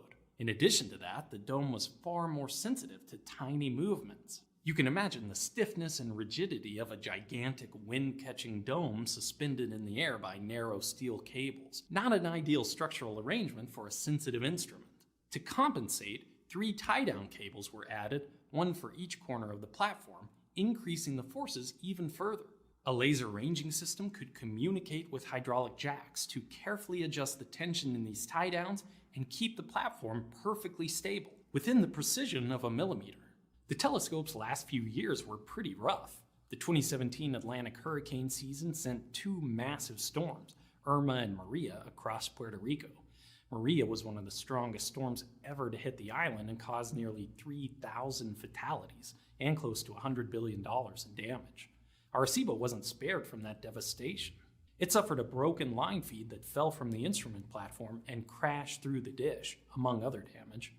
More consequential than hurricanes, though, Arecibo was slowly losing its funding. The National Science Foundation had been trying for years to divert Arecibo funds to newer projects. In 2018, the University of Central Florida stepped up to take over the management and funding of this observatory, not knowing what was soon to come. Only a few years later, in August 2020, one of the newer auxiliary cables on Tower 4. I want you to have a really fun summer out here. I only have one rule. Stay out of the basement.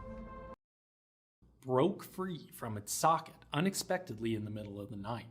As the cable failed, it crashed through the reflector dish, tearing a gash through the aluminum panels. These sockets, called spelter sockets, used to attach the cables to the tower, are a common way to terminate wire ropes and cables, but they have to be installed correctly. You have to broom the end of the cable, making sure that every strand is separated from the others, clean them meticulously, then carefully pour molten zinc into the socket to create a permanent wedge that only gets tighter with more tension. If done properly, the termination should be stronger than the cable itself. In other words, there's no good reason a cable should ever pull out of a spelter socket, and yet this was not the first incident of cables slipping in their sockets at Arecibo. Maintenance staff at the observatory had been concerned about the problem for years. This failure was the beginning of the end of the telescope, though we didn't know it yet. The damage from the failed cable was significant, but the engineers brought in to assess the structure believed that it could be repaired. The suspended platform was designed with some redundancy, so losing a single cable wasn't necessarily catastrophic.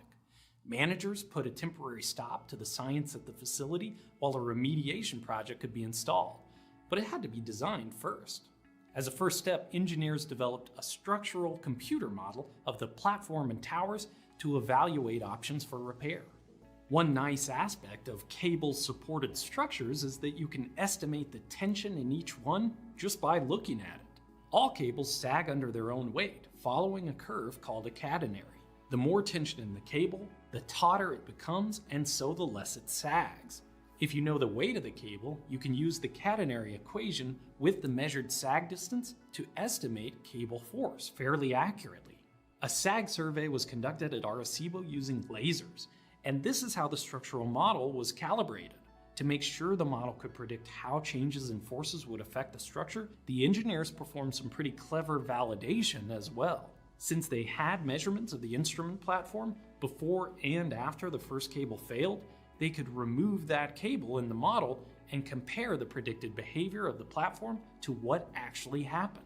When the first cable failed, that corner of the platform dropped by 2.5 feet, or about a meter, and the model was able to predict this within a couple of inches. While all this design was taking place, further trouble was just around the corner. In November, only 3 months after the first cable broke at Tower 4, a second one failed. This time it was one of the original cables installed in the 1960s. It didn't pull from its socket, but simply broke. And it broke at a force well below what it should have been able to handle. About 62% of its rated strength, to be precise. The fallen cable again damaged parts of the telescope, and again the platform remained standing. However, optimism about the structure was quickly declining. The question went from how do we fix the telescope to can we fix the telescope? And there were differing opinions. The engineers used the structural model to evaluate options that could relieve the tension in the remaining cables and reduce the possibility of a complete failure.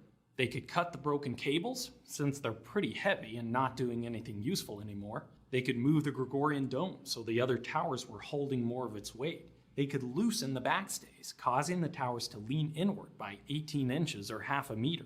And of course they could add some temporary cables at Tower 4 to take up some of the weight. All of these options showed reductions in the forces carried by the remaining cables. But the problem was figuring out how to do the work safely. At this point, they had 2 failures, both well below the specified breaking strength of the cables. Not only had the telescope lost its structural redundancy, but the engineers also didn't trust the strength of the remaining cables, and for good reason. Crews couldn't access the site due to the risk of another cable failing, but nearly all the options to relieve the load on the cables would require having personnel on the platform and towers. One of the engineering firms working on the problem suggested some last-ditch efforts to save the structure. After that, they could perform proof tests remotely using the tie-down jacks to check if the remaining cables had at least 10% extra strength. If the engineers could gain some confidence in the strength of the remaining cables, crews might be able to enter the site and implement further measures to save the structure. However, meet your butt's new bestie, the glute sculpting leggings from Gymshark's Lift Seamless collection. No one could get comfortable with the risks of the helicopter work or proof testing the already distressed cables. It's a tough thing to say when such an important and iconic structure is still standing that there's no path forward to repair. This quote from the engineer tells the whole story. It is unlikely any of these methods will yield sufficient reductions without placing crews in jeopardy. Although it saddens us to make this recommendation, we believe the structure should be demolished in a controlled way as soon as pragmatically possible. They wouldn't get the chance, though. On the morning of December 1st, a third cable at Tower 4 broke, starting a chain of events that would quickly collapse the structure. Amazingly, one of the observatory staff was flying a drone at the top of the tower when it happened, capturing this incredible footage of the event. It happens almost instantly. Two of the main cables are already clearly in distress when the video starts. All the chipped paint is from individual strands of the cable failing. Observatory staff could hear these breaks and knew what was likely imminent, which is why the drone was up there in the first place. The third cable snaps, and the remaining cables, forced to bear the additional load, quickly follow. The drone turns around to reveal the platform crashing into the side of the dish.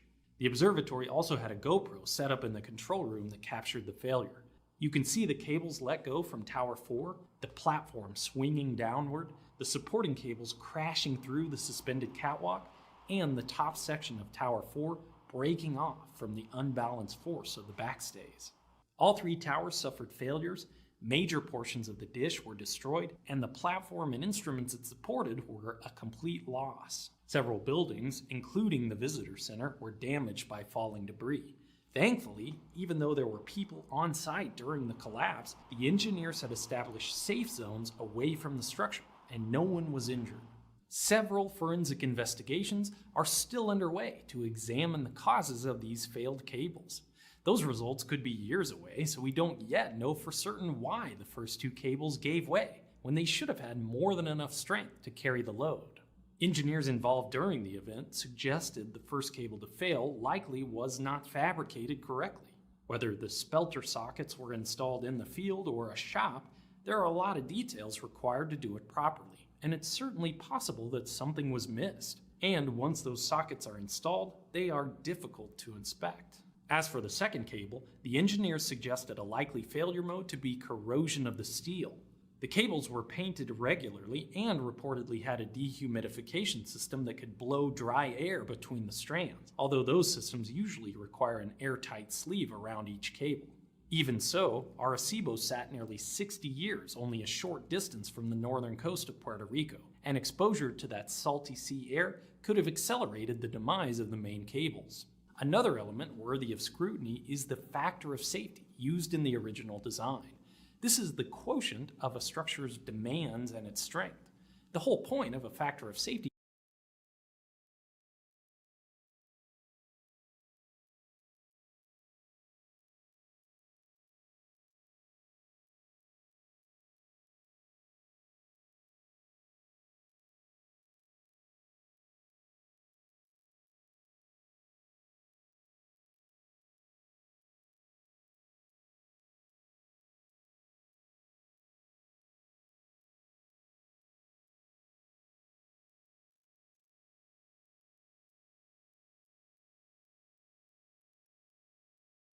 Sometimes, a man must overcompensate for his freshness. Old Spice.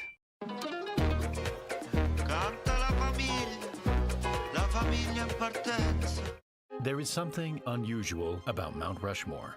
Unlike most sculptures which look painstakingly crafted, Mount Rushmore almost seems like it formed out of the mountain naturally, and not by the work of a great sculptor. The reality is, Mount Rushmore is not only a work of art, but an engineering masterpiece. Despite having zero artistic experience, an enormous team of gold miners managed to bring these giant heads into existence using jackhammers, dynamite, and some clever engineering. We modeled the entire thing to show you how they mapped the design onto the mountain using ancient Greek technology, and how all of this was done without losing a single man. But in order to understand why Mount Rushmore exists in the first place, we need to go back in time. In the early 1920s, the state of South Dakota was just a few decades old, and it was struggling to get its foot in the door. State historian Doane Robinson saw how tourists from all over the country had been flocking to a new sculpture in the state of Georgia, and this gave him an idea. He reached out to the sculptor Gutzon Borglum and asked if he'd like to make an enormous sculpture of America's Wild West heroes. Borglum was excited by the idea, but thought that more national figures, like presidents, would draw more attention. And so, in the summer of 1925, he traveled to South Dakota and came across Mount Rushmore, a 500-foot tall cliff edge made from fine-grained granite. He knew that this would be the perfect blank canvas for his project. With the mountain secured, he started studying photographs of the presidents and put together a 1:12 scale model. Now he had to figure out how he was actually going to make the real thing. At the time, Mount Rushmore had nothing, no roads, no electricity, and no way for workers to even climb the mountain. And so, in the summer of 1927, a road was built that could carry goods and people to the site. Soon after, an entire village popped up around the base of the site, with tool shops, blacksmiths, and houses for the workers. An enormous staircase was built to the top of the mountain, and a cable car was set up to carry tools and materials back and forth. A winch house was also built at the top of the mountain, where operators could raise and lower the brave workers on small seats to any point on the mountain. With all of this in place, the team could finally start carving out the first head of George Washington. With the help of carefully placed dynamite, the crews started tearing off large chunks of surface rock until they had a rough, egg-shaped head. From here, it was up to the workers to carve out the face using jackhammers. But handling these 30-kilogram jackhammers on the side of a cliff would be a huge challenge, and powering them would require more clever engineering. The jackhammers ran on compressed air, and so a building at the base of the mountain was set up to power them. It contained 3 massive air compressors that ran on electricity provided by the local gold mine. These would run all day, compressing air into a pipe that ran for 2,000 feet all the way up the side of the staircase and into a building at the top of the mountain. From here, up to 16 jackhammers could be connected at a time. To stop the jackhammers from jumping all over the rock, they developed their own techniques, sometimes installing chains to grab onto, and sometimes using their own feet to guide the jackhammer into the rock. The workers became experts at operating the jackhammers. But without any artistic or sculpting experience, how did they know where to drill? On the Stone Mountain Memorial, Borglum used a large projector to map out his design. But Mount Rushmore was much larger, and the 3D nature of the faces would make this method impossible. He had to figure out how to transfer the data from his model onto the mountain. Did you know that your own personal data is being transferred into the hands of marketing agencies, who then fill your inbox with spam? Luckily, you have the right to protect your own data, and that's where Incogni, today's sponsor, comes in. They reach out to these data brokers on your behalf and ask them to remove all data they have about you. All you need to do is create an account, sit back, and watch Incogni do their thing. They contact each company individually, saving you an enormous amount of work. I've been using Incogni for months now, and it has basically eliminated spam from my life. Incogni now has a family plan that will also protect your loved ones from online scams and spam. To protect your data and remove spam from your life, visit incogni.com/primalspace and use code primalspace to get 60% off the annual Incogni plan. In order to turn Mount Rushmore into a reality, Borglum had to figure out how to map his 5-foot model onto the 60-foot cliff edge. He took inspiration from the Greeks, who were able to make identical copies of Roman statues using a pointing machine. This was a tool that could measure specific points on a sculpture relative to a reference point. This could then be transferred onto a different sculpture, giving the artist a guide to carve to. By doing this for thousands of points, the exact shape of the sculpture could be replicated. This worked well for replicas of the same size, but in order to scale up his design, Borglum would have to get creative. He came up with his own pointing machine, which was essentially a metal arm with a weighted point at one end that could swing around a fixed axis. By placing the weighted point somewhere on his model, he could get 3 measurements: the angle of the point, its horizontal distance, and its vertical distance. By simply multiplying these measurements by 12, the exact same point could be transferred onto the mountain. But for that, Borglum would need to make a much larger pointing machine on top of Mount Rushmore. And so that's exactly what he did.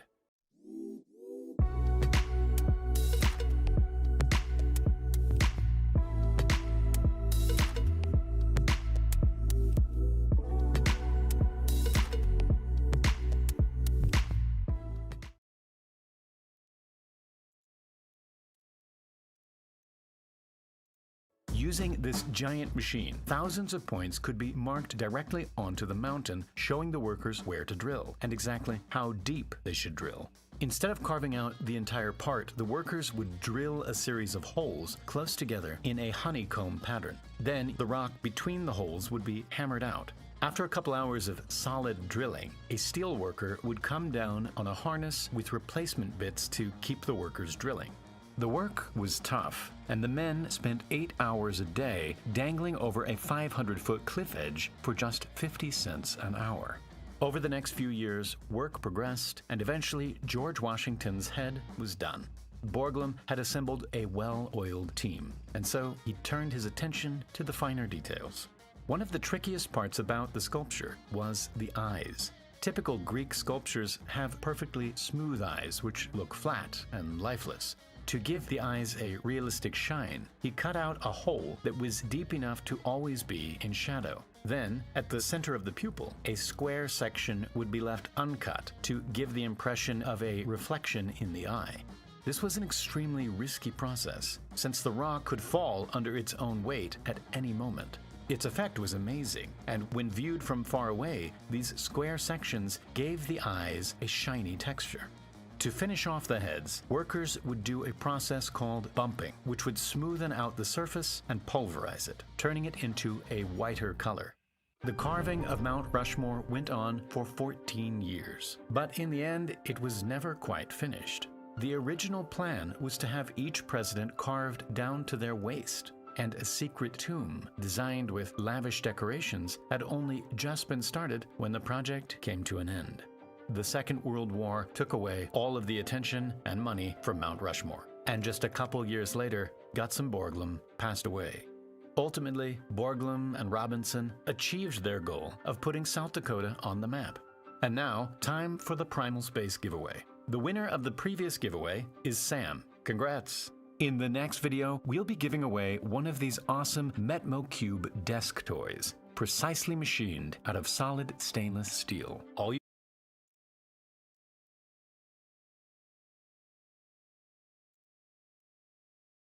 Daily Jackpots, a chance to win with every spin and a guaranteed winner by 11 p.m. every day. This is the Veluwemeer Aqueduct in Harderwijk, Netherlands. It solves a pretty simple problem. If you put a bridge for vehicles over a navigable waterway, you often have to make it either very high up with long approaches so the boats can pass underneath, or make it movable, which is both complicated and interrupts the flow of traffic, wet and dry. But if you put the cars below the water, both streams of traffic can flow uninterrupted with a fairly modest bridge. Elevated aqueducts aren't that unusual, but this one is just so striking to see, I think, because it looks just like a regular highway bridge, except the opposite. When I was a little kid, I read this book, The Hole in the Dike, about a Dutch boy who plugged a leak with his finger to save his town from a flood. And ever since then, as this little kid grew up into a civil engineer with a career working on dams and hydraulic structures, I've been kind of constantly exposed to this idea that the Netherlands is this magical country full of fascinating feats of civil engineering, like Willy Wonka's chocolate factory, but for infrastructure. I'm not necessarily proud to say this, but I think it's true for a lot of people, especially here in the US, that my primary cultural touchpoint with the Netherlands is just that they're really good at dealing with water. You know, you don't have to browse the internet for very long to find viral and sometimes dubious posts about Dutch infrastructure projects. Sometimes it feels like half my comment section on YouTube is just people telling me that the Dutch do it better.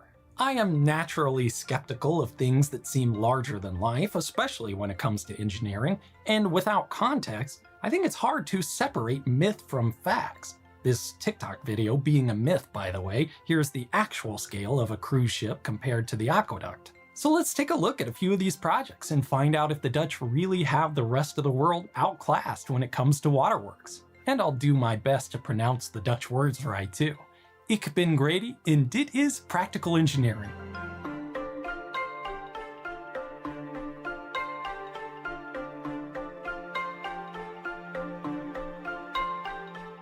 The first hint that the Dutch really do lead the world in water infrastructure is in the name of the country itself. The Netherlands translates literally to the lowlands, and that's a pretty good description. A large portion of the country sits on the delta of three major rivers, the Rhine, the Maas, and the Scheldt, that drain a big part of Central Europe into the North Sea. Those rivers branch and meander through the delta, forming a maze of waterways, islands, inlets, and estuaries along the coast. About a quarter of the country sits below sea level, which creates a big challenge because it's right next to the sea. As early as the Iron Age, settlers were involved in managing water. Large areas of marshland were drained with canals and ditches to convert them into land that could be used for agriculture. These plots of land, which through human intervention were hydrologically separated from the landscape, became known as polders. And the tradition of their engineering would continue for centuries to the present day. Unfortunately, that marshland, being full of organic material, decomposed over time. That, combined with the drainage of groundwater, caused the polders to sink and subside, increasing their vulnerability to floods. And that is kind of the heart of it. The Netherlands is a really valuable and strategic area for a lot of reasons. It's flat, it has great access to the sea and major rivers, providing for fishing and trade. It has prime conditions for farming and pastures, making it the second largest exporter of agricultural products in the world. The problem is that all those factors come with the downside of making the country extremely susceptible to floods, both from the North Sea and the major rivers that flow into it. So, for basically all of its history, people were building dikes, embankments of compacted soil meant to keep water out of low-lying areas. Over the centuries, huge portions of the sinuous Dutch coastline became lined with dikes, and the individual polders were often ringed with dikes as well to keep the interior areas dry. Of course, you still get rain inside a polder, plus irrigation runoff and sometimes groundwater, so they have to be continuously pumped out.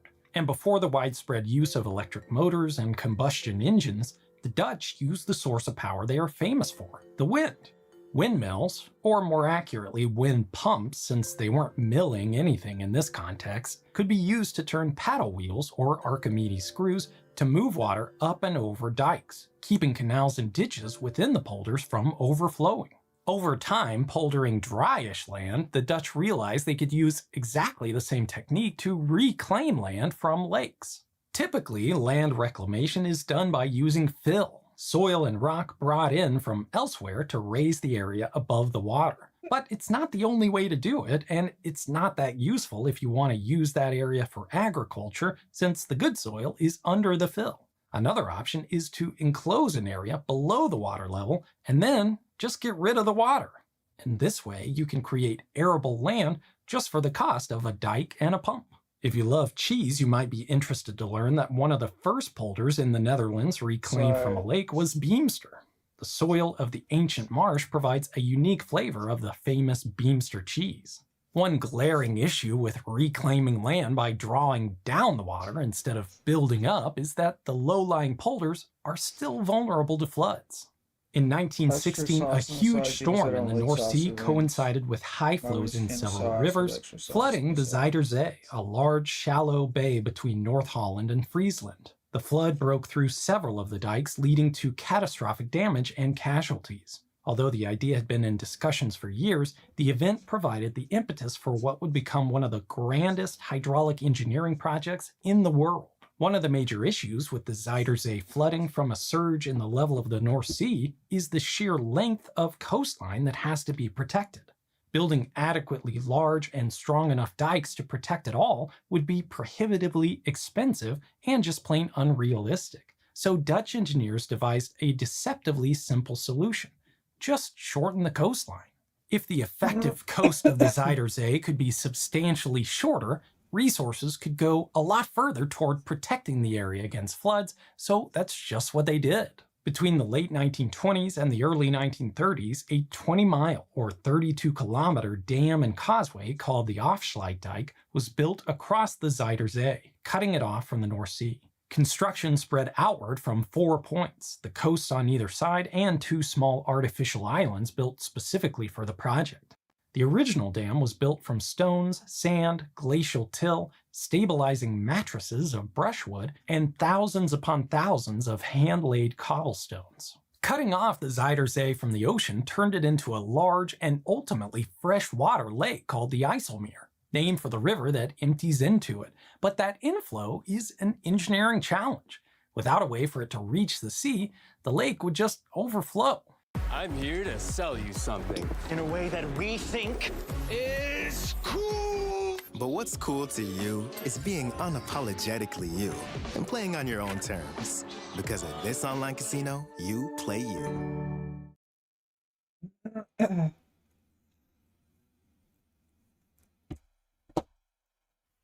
So these sluices are like gigantic outflow valves that allow excess fresh water constantly building up in the IJsselmeer to be discharged into the sea, as it would have been back when it was still the Zuider Zee.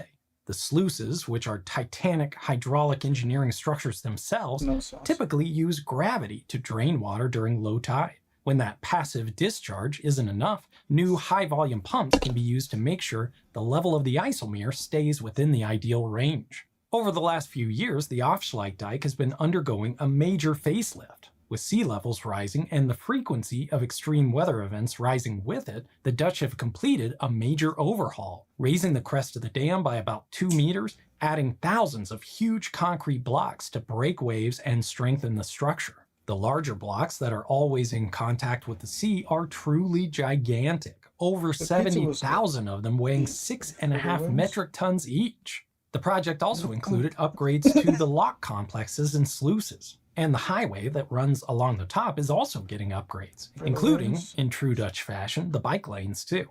And human passage isn't the only consideration for the project either. The fish migration river will allow fish to swim between the North Sea and the IJsselmeer and the river ecosystems upstream. The stark contrast between freshwater and saltwater is hazardous to fish, so the migration river spreads out the salinity gradient into something more manageable. It's like a fish ladder, but on top of having an elevation gradient, it's also a ramp of saltiness. With the shallow Zuider Zee protected from the North Sea, the Netherlands saw an opportunity to increase its food supply by creating new land. Over the middle decades of the 20th century, the Dutch built 4 gigantic polders in areas that were once the seafloor.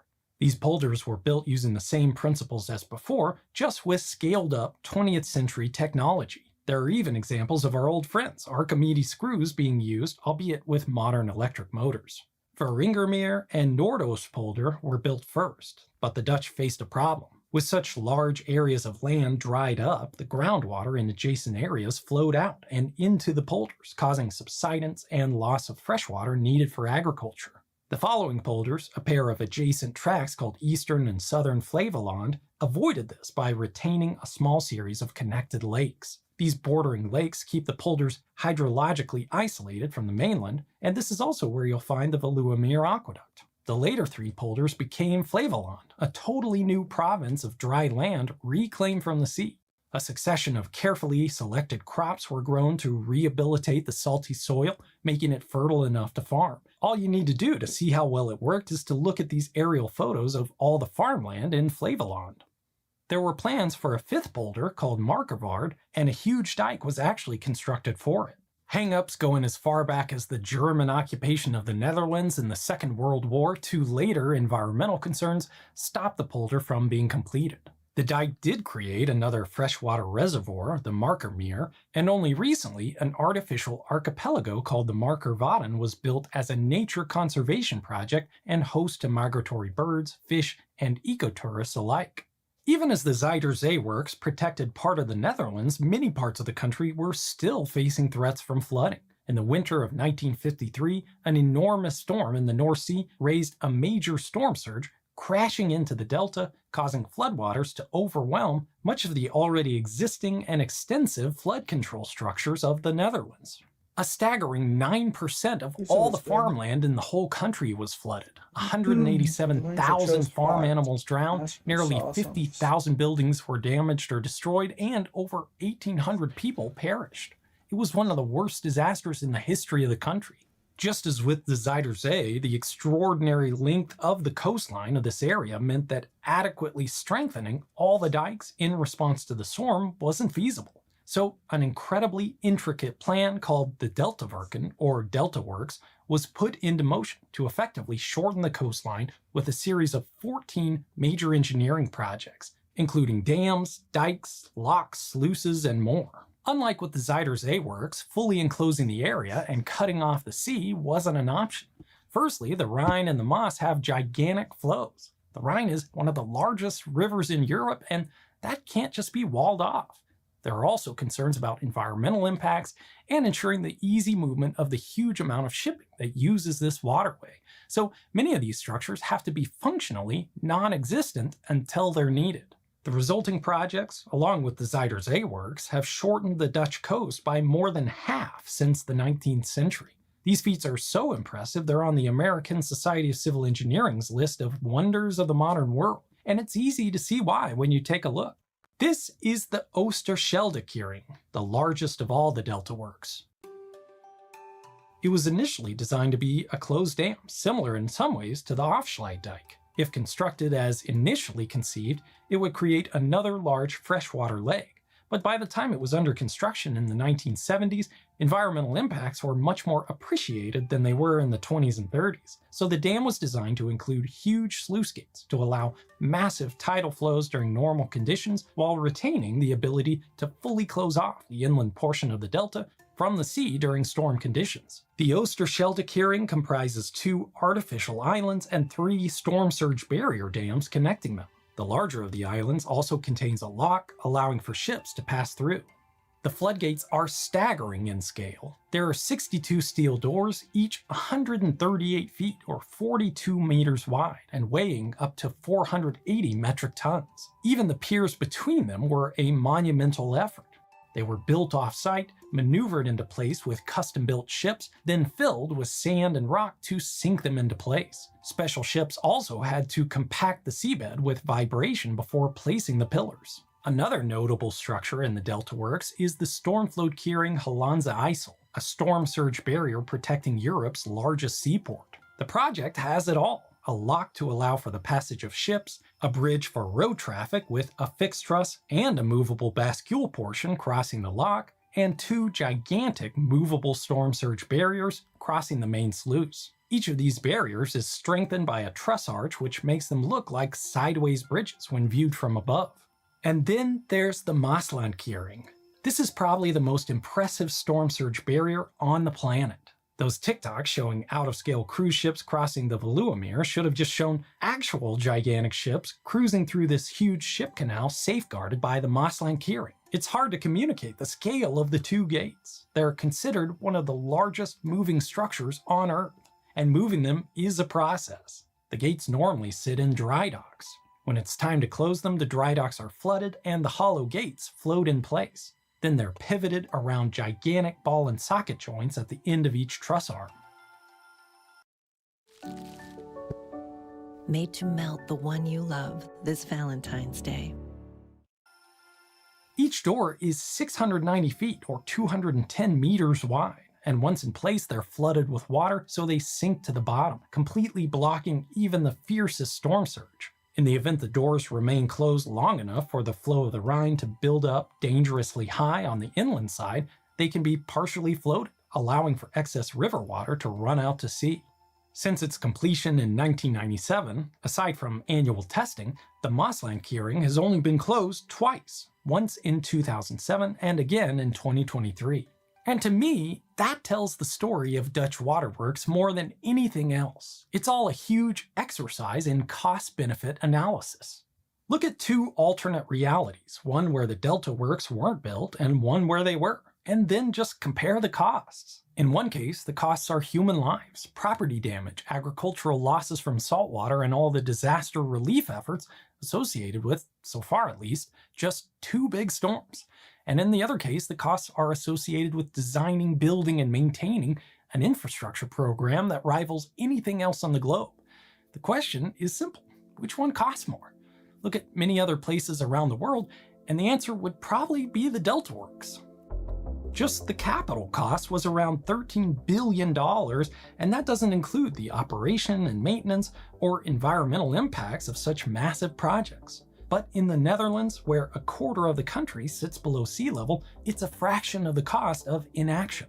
In the United States, most flood control projects are designed to protect up to the 1 in 100 probability storm. In other words, in a given year, there's a 99% chance that a storm of that magnitude doesn't happen. In the Netherlands, those levels of protection are much higher. River structures go from the 1 in 250 all the way to the 1 in 1,250, and flood protection from the North Sea goes up to the 1 in 10,000 year event. It only makes sense because practically the entire country is a floodplain. Massive investment in protection from flooding is the only way to exist. And those projects come with other costs too.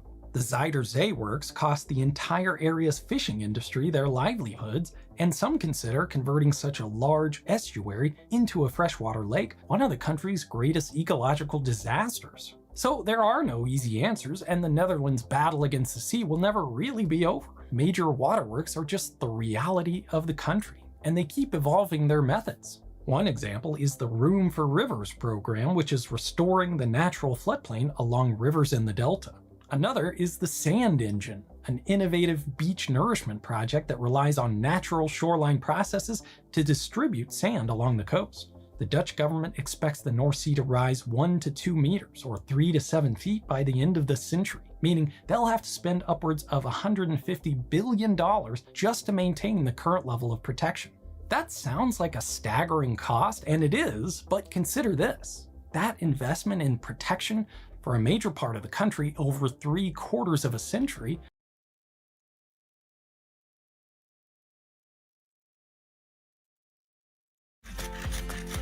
A cracked windshield can compromise your visibility and your safety. Book your windshield replacement now at Speedy Glass and get a $25 gas gift card. Hurry, offer ends February 28th. Book your appointment today at speedyglass.ca.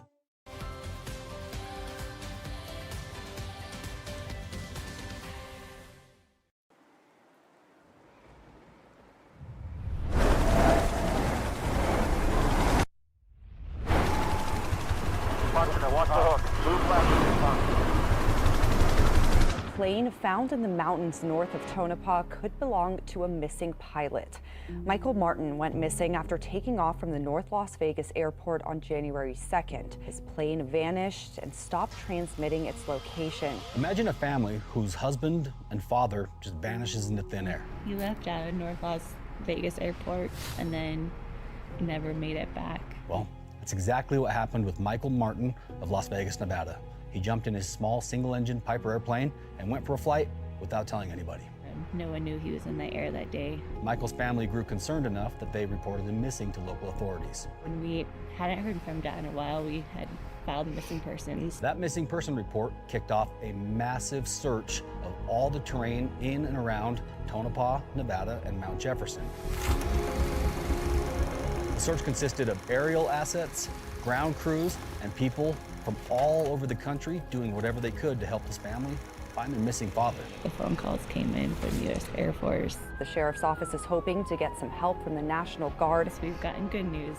We found the plane. He's located the wreckage on Saturday. And then bad news, we can't get to him. But rough terrain and strong winds have delayed access to the crash site. It's a nightmare. Don't know what to do. You can't do anything. Your hands are tied. Crews could only get within 3 to 4 miles of the plane. Search efforts had been suspended earlier this week. Everyone backed out at the last minute. But it would be weeks before it would be possible to recover a body. We don't know if he's in the plane or not yet. But at the very, very least, we want to know where he is. We need to be able to bring him home. Sitting ducks waiting for that phone to ring, and that's when you guys came in. We began to get more and more emails and messages from many people asking us to get involved. And that's when Dave Sparks had reached out We're very thankful he was the answer to our prayer. Michael and his airplane were going to be left on that mountain for an uncertain amount of time, leaving this family with all sorts of questions, wondering what happened to him. Was he okay? Was he there? We knew at that moment we had to help. What does it mean to bring Michael home?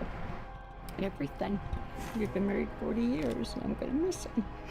And I appreciate you guys bringing him home to us.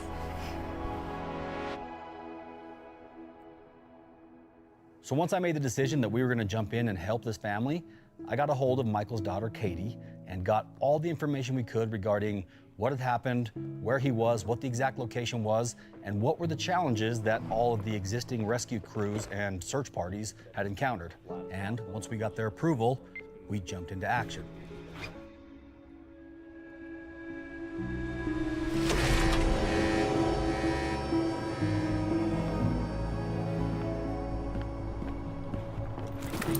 Please be with us, bless and protect us. Please bless the family, they'll be comforted. Please bless the aircraft to be able to function properly. We're grateful for all these things in the name of Jesus Christ. Amen. Amen.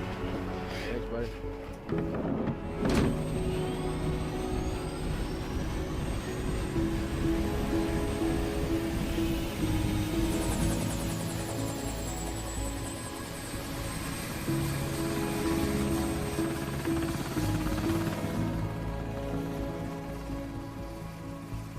Alright, so from here, we're going to step down to Delta to avoid that restricted airspace. I got a fuel check going, 2 hours at the current speed, but this will pick up here once we kind of turn south. From what I understand, we're going to have swirling, all sorts of mountain turbulence, right? So I want to be as light as we possibly can. So here's what you need to know about the crash site.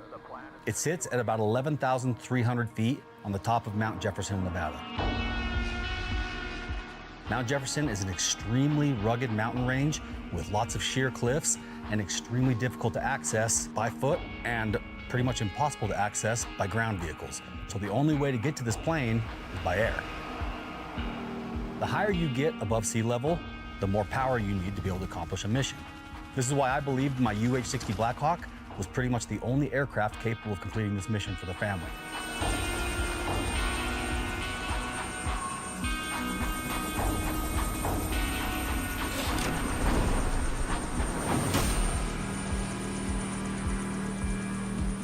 Why does Broski have a Blackhawk? We're 10 miles out from Tonopah. Pull up ATIS 118-875. All right, before landing, brakes are released. We are locked to the fly, direct. 800 APU up, APU's coming up. I think our emergency service is over there. I see all those black vehicles. There's our crew. Pressure up, released. Roger that. Chen's coming off. How insane does this look as a fit? It fits so perfectly as well. Together. Yeah, it would look incredible with just the white bra and the Vital sleeveless leggings, but I think the jacket really does just tie the whole thing together and makes it look like I know what I'm doing. I'm really put together. A pro.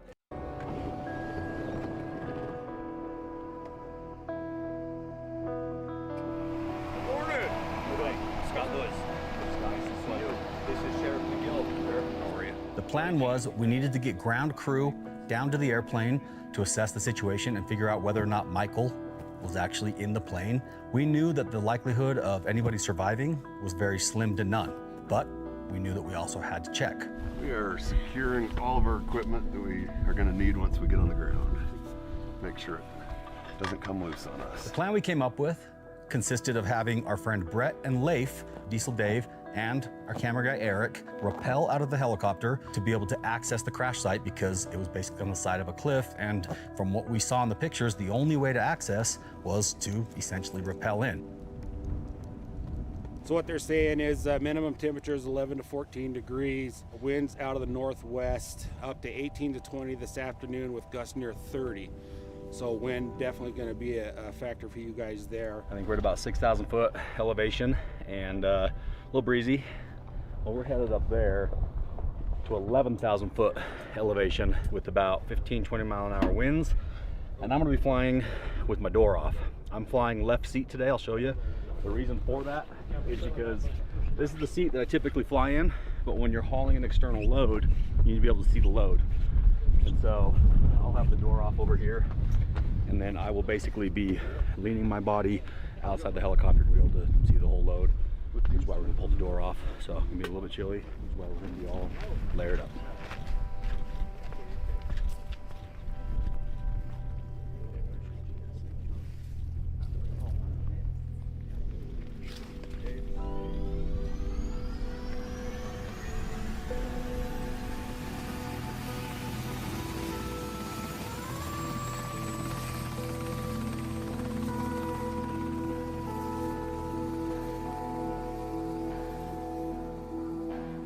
So we headed out to the crash site with all of our gear, all of our ropes. Wind's still pretty good right now. I've got you at, looks like 30 knots and holding. And I was ready to pull a hover above the cliff and allow the ground crew to exit the helicopter on the rope and be able to get to the crash site. Which this terrain looks a lot better than I expected, honestly, from the pictures. Jimmy, right here to the left. There's that base. Okay, that's the base up in front of us. Oh, I see it. You see it? Look at your 11 o'clock. Got it. Okay. That's actually more doable if we need to set up top. We can actually rig up top. We saw that the cliff that sat above Michael's airplane wasn't quite as inaccessible as we had originally thought, meaning we didn't need to take the risk of having people rappel out of the helicopter to be able to access the crash, where instead we could just land on top of the mountain and the ground crew could hike down a few hundred feet to be able to get to the crash site. We can pick our way down through these boulders, and then just traverse over. We'll get the load, the tools set to sling load in, get you guys traversing down to the site. We will pick up the tools from the line, come around through this little bend here, get as close to you as we can. Okay. Grab my crampons out of that tool bag.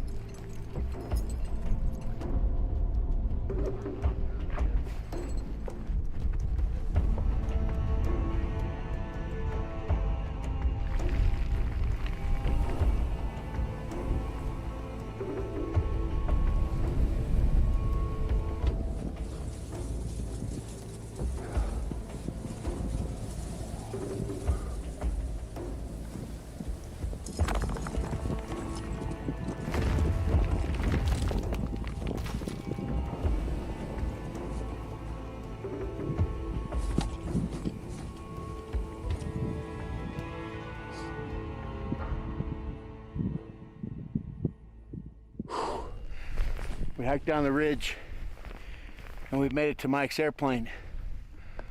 So kind of a somber feeling knowing that he was here doing something that he loved, and now we're here to retrieve him and bring him back to his family.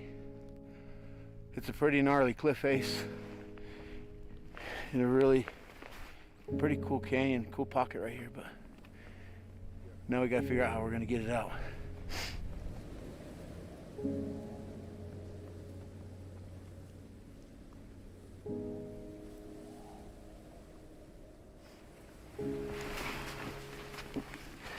All right. It's a gnarly wreck.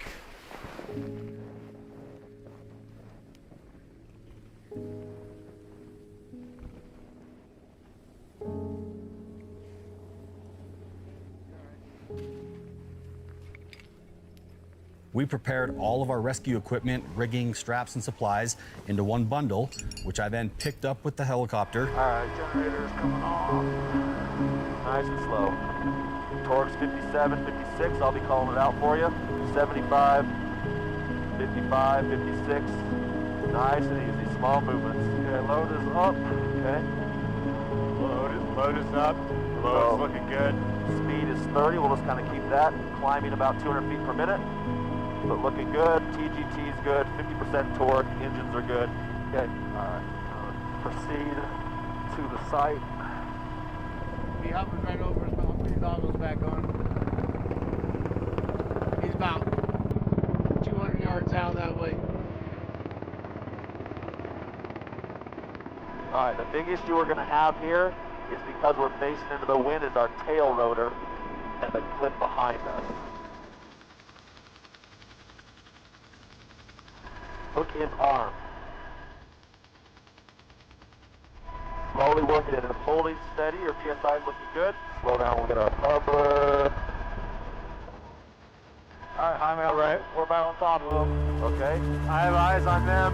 Okay. Left. I'm holding that center. Hold that. Here's that center swing. Tail's good. Tail's good. Down. Hold from right. Forward. 3, 2, 1. Hold. Down and contact on snow. Hold that.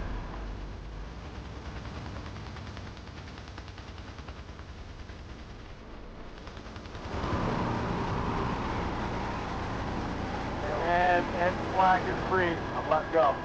Punching it. 1 more. Move left as you punch. Hook is free. Line is clear. All right, hook is coming safe. Hell yeah, boys. Hell yeah. And we had Hubbard over the side of the cliff and was able to drop essentially right next to our ground crew so they had all the supplies they needed without having to haul 300, 400 pounds worth of gear down this precarious mountainside. We returned to the top of the mountain and landed. Nice work, dude. That was awesome. Where we then got in communication with our ground crew to get an understanding of what they were seeing and what game plan we needed to make to be able to get everything off the mountain.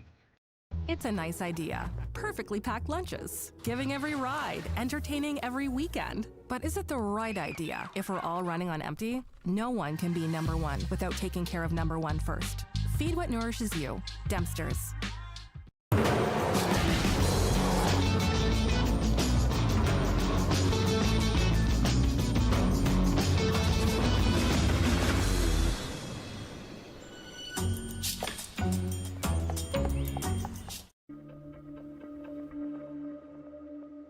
It was at that time that the ground crew advised us that they had found the body of Michael and that they were preparing it and putting it in a body bag. Yeah, I've got him. Okay. Good to go. We've got the body. Roger that. I'm going to notify the sheriff. We got the body now. Copy that. It's definitely an interesting moment. Anytime you recover a body, I mean, for me, it's like, it's very reverent energy, very calming, to be honest with you. It's not scary. It doesn't feel morbid. It doesn't feel, gruesome, even though obviously the guys are down there picking up frozen body parts. It's just a very reverent thing. You're bringing the guy home. He's been up here for a few weeks, and his family has no idea what his status is, and now they're going to be able to get that closure. So kind of a surreal atmosphere up here is kind of the best way to put it.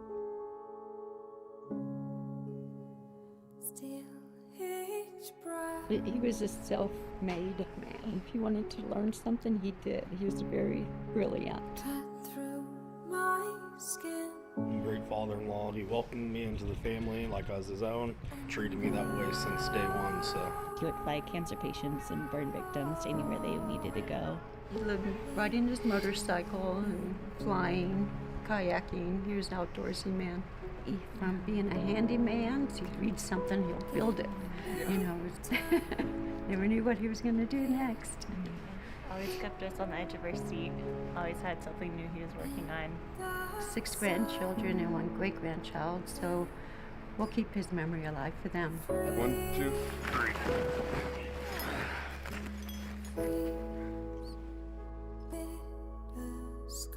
Once that was secured, we set the body bag aside and the crew began to rig up the airplane so that we could lift out as much of the wreckage as we possibly could.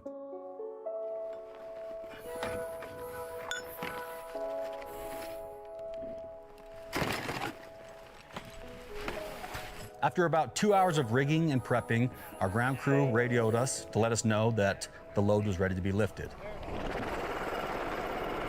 Everything looks good across the board. I got you 35% torque and we'll hold my altitude, head this direction. The plan was to lift everything out in one single trip.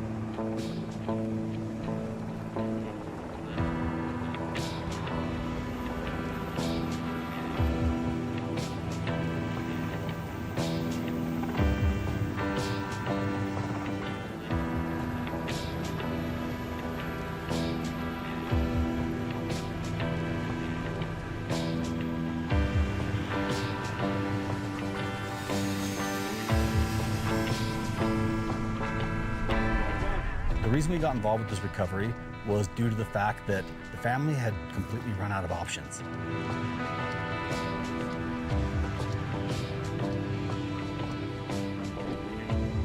All of the state and local authorities essentially had to call off their search because either resources were limited, the terrain was too challenging, there was no aircraft capable of even accessing the crash site, let alone recovering the aircraft or the pilot's remains. And I knew that we had the aircraft and the crew capable of performing this mission. I'd like to extend a special thank you to everybody who rallied together to help make this happen. From the Nye County Sheriff's Office, Nye County Emergency Management, State of Nevada Emergency Management, local firefighters, our contacts at the NTSB and FAA, the game warden who hiked 8 grueling hours to initially find the wreckage, and especially my crew who came together and faced this extremely challenging task head on. So special thank you to everybody involved, because at the end of the day, it boils down to this: no man gets left behind.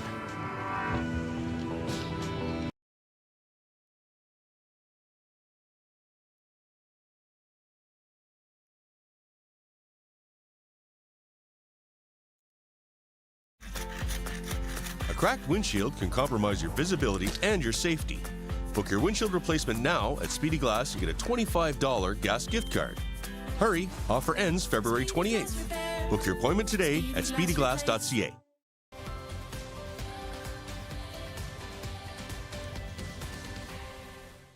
I just came across one of the most insane barn finds that I've ever seen in my entire life. I got an email from a viewer of our channel. His boss was getting ready to potentially sell some of his airplanes, helicopters, super rare military vehicles, and so much more. So we hopped in the helicopter and we flew straight to this little desert airfield just outside Reno, Nevada, and what we found there literally blew our minds.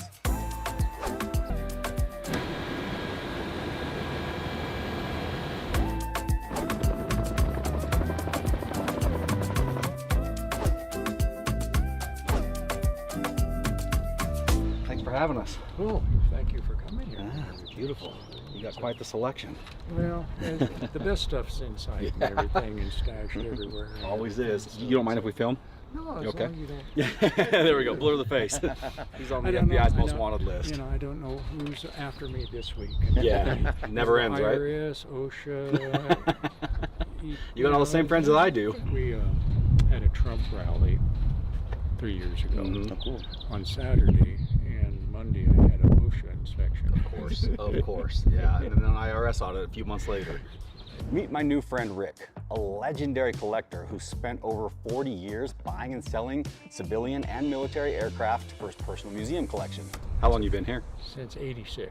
Oh, wow. So quite a while. Hi, how are you? I'm Dave. Hi, I'm Veronica. Nice to meet you. Where do you get most of your stuff? Just all over the place? Auctions and GSAs. If nobody else wants it, we get it before the private people get it. Nice. And everything. We do things for the airport and they want to kick us out. So. No good deed goes unpunished. You have a museum, right? Is that the... It's a 501c3. Okay. Everything here has a story. Yeah. This was the very last Marine Corps, a frog. It had something like 6 grams of lead to smooth out. Oh, the really? blade. So it was such a perfectly balanced rotor system and everything. $16,000 in fuel to get here. it kind of keeps in my mind. Yeah, you know, remember it's that one. 16,000. But did it ever get a certificate, or is it still in? we got the ferry permit and everything. It's registered. It just needs to be licensed. They were scrapping them. I know, like crazy. Here, the only thing with this one was an antenna BNC connector wiggled loose. That's it. So all the way across the United States. That's the only thing that was wrong with that's it and impressive. everything. So it's a very... So it hasn't flown since it came here, Yeah. right? Mm-hmm. Now it's off the time limit and everything. Yeah, I saw some of these on GSA about a year or so ago. They were the green ones that were selling through there, and that was the last batch of 46s I ever saw. G model, F model? It's actually a G model, and then it went into the S mod. It had the infrared target sighting unit on the front. I converted it back to the G model 703 engine. It's got the K747 blades, so they're 10,000 hours. Yeah. They've got all 212 gearbox. When's the last time this flew?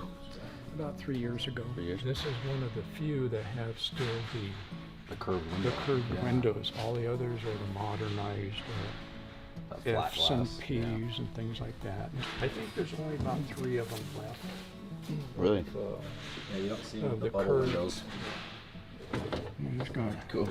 And it's got all of the guts in it to actually make it right. This started out as a Boy Scout donation, and they sold it to a crop duster in Texas. I traded him a T-28 trainer project. So.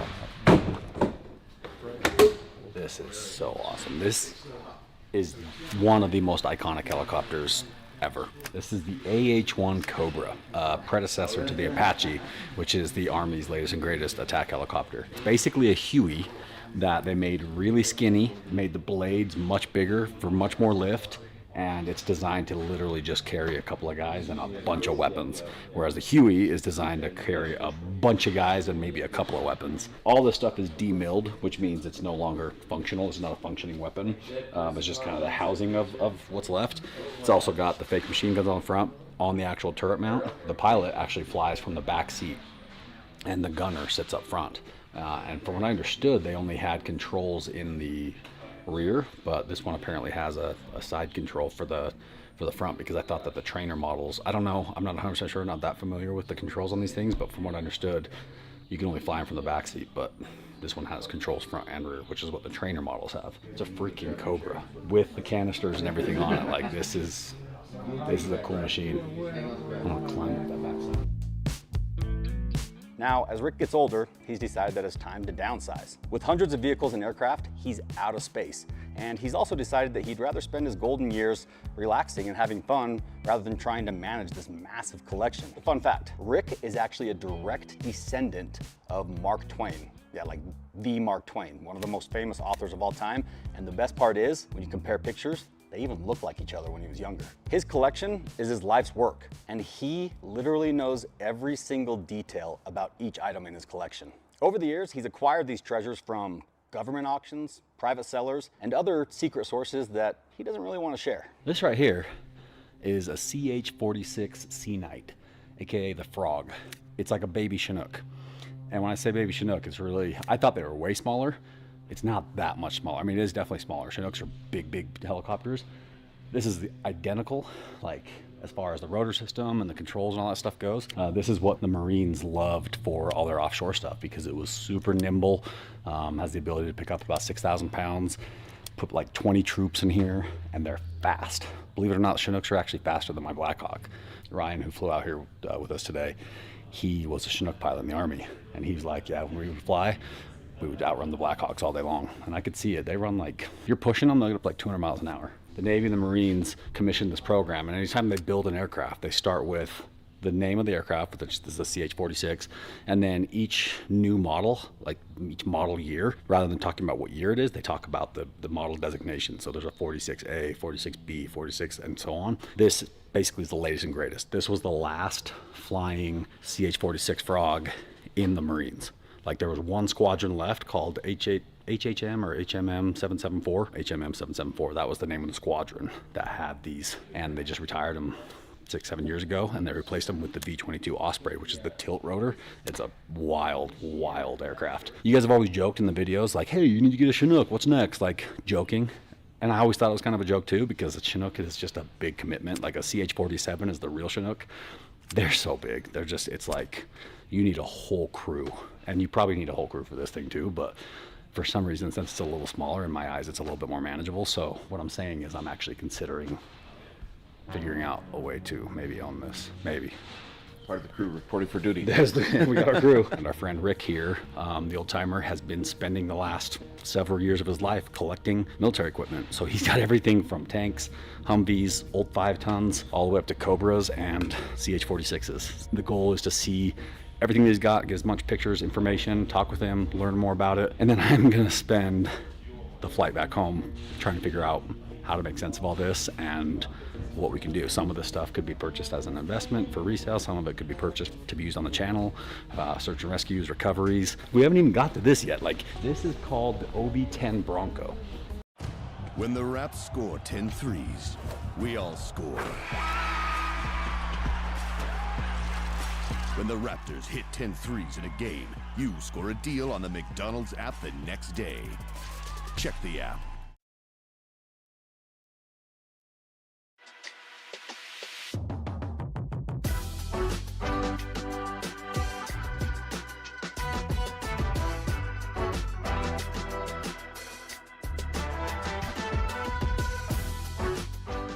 And it is apparently just a tank killing machine. It was built for observation and attack. One of the goofiest looking planes ever, but apparently just a hot rod. Tons of power, tons of performance, tons of maneuverability, and they, had weapon systems mounted on these things. It's a really cool plane, and he has 2 of these. Max speed 284 miles an hour, cruise speed 207, stall speed 86 miles an hour. They say these things can take off in like 700-foot runway. Like it doesn't take any, it's like a bush plane, just straight up. 500 rounds of 7.62 machine gun, plus 3,600 pounds of mixed ordnance or gun pods. So just 3,600 pounds of blow you to. This is a weapons mount. So you can basically put whatever you want on there. They make extra fuel pods, they make, you name it. Museums don't really ever sell their stuff, but our friend Rick here is making some changes to his organization, and I think he needs to bring in some capital to be able to do some other museum stuff that he wants to do. So in doing that, he's going to offload the stuff that's just been sitting around. He's been doing this for a long time, so everything has a story, and sometimes when things have stories, it makes them really hard to buy because they've got an emotional attachment, which usually brings the price up higher. However, I was quoted some prices on some of the stuff, which is why we're here, because some of the stuff was pretty reasonably priced, especially the frog over there, the Chinook. So after exploring inside his first hangar, we decided to head outside to check out all the aircraft that he has lined up on the ramp. Rick shared stories about the history of each item along with his own personal experiences with them. Now, I tried to get Rick to give me some ballpark prices, but he was reluctant to give any exact numbers. Instead, Rick told me to figure out which machines I was interested in and then go do some research, figure out what the market value was, and make him a fair offer. Really cool stuff over there. You should go check it out. Holy crap, I am overwhelmed. It just keeps going. Like, we haven't even left the first location yet, and I've got probably 100 photos of different vehicles in my phone. This plane, an A-26, it's an attack bomber. The coolest plane, like one of the coolest planes you'll ever see. And he just barely sold it, which sucks because he sold it cheap, and I probably would have been interested. This thing's rad. This is an Albatross. This is like the seaplane of all seaplanes. Obviously, this bad boy just lands right on the water. Landing gear up, put her down. The belly's like a boat. These are your sponsons, basically pontoons that keep you stable. In fact, a buddy of mine had one of these, and they went camping down Lake Powell in it. It was like the coolest thing I've ever seen. And he told me that this one right here may be available. That one's still kind of 50-50. Actually currently trying to fly. You see the front nose wheel off the ground? This chain right here, the wind is literally trying to make this plane take off. Wheels completely off the ground. But this right here would be the sickest tiny home, Airbnb. I just gotta figure out how to get it back to Salt Lake. But it's got so much room in there.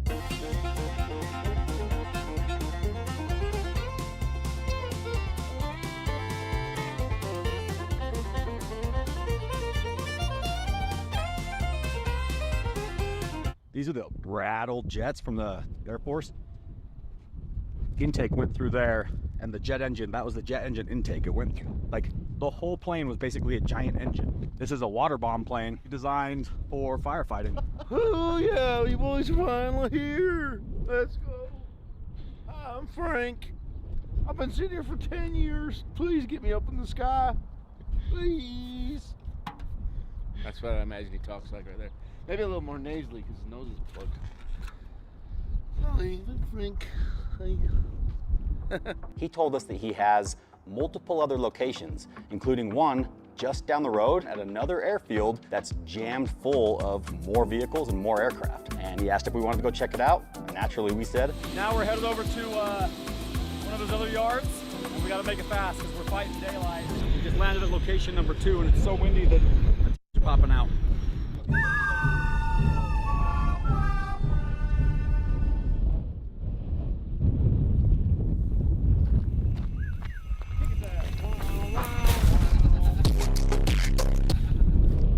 I hate to see when they get trap. These wild tumbleweeds get out here away from their families, and they get themselves in a precarious situation, get stuck.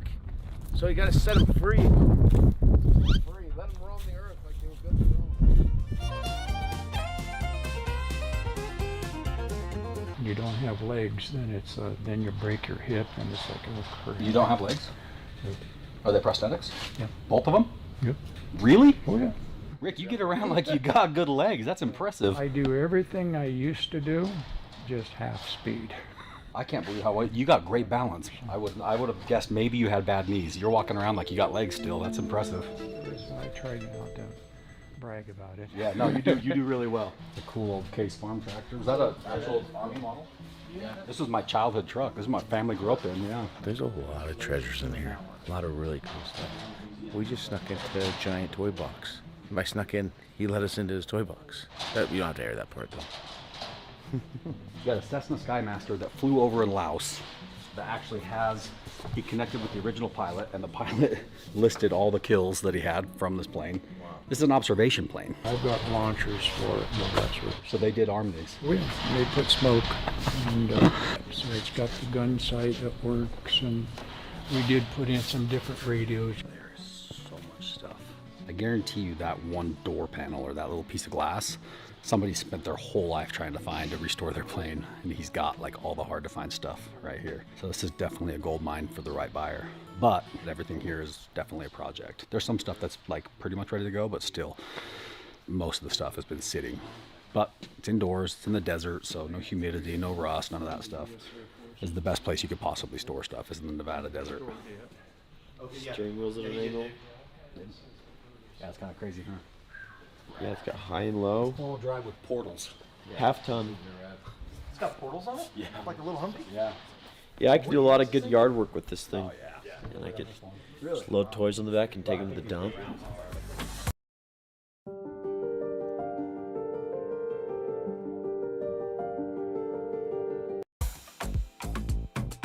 At this point, I am completely overwhelmed, but in the best way. The sheer number of vehicles, aircraft, and equipment that Rick has is honestly blowing my mind. There are items in here that I honestly never thought I would see in person, let alone have the opportunity to buy. It's honestly hard to wrap my head around what I even want to make an offer on, but I will tell you this.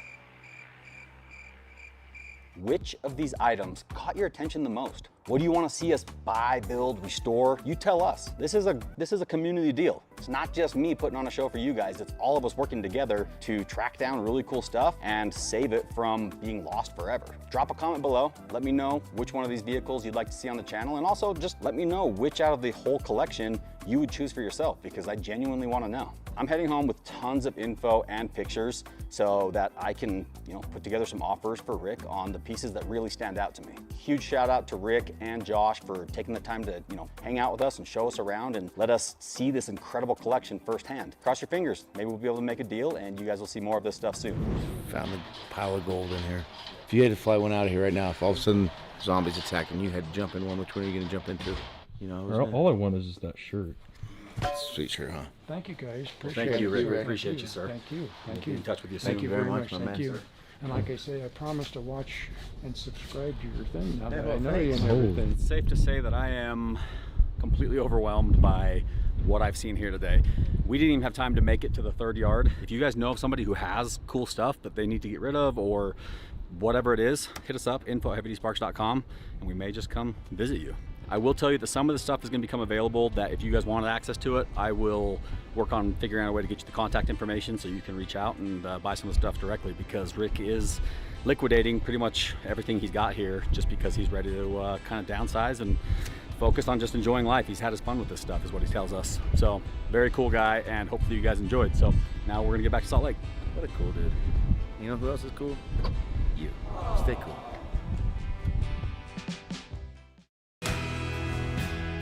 Gotta be excellent every day.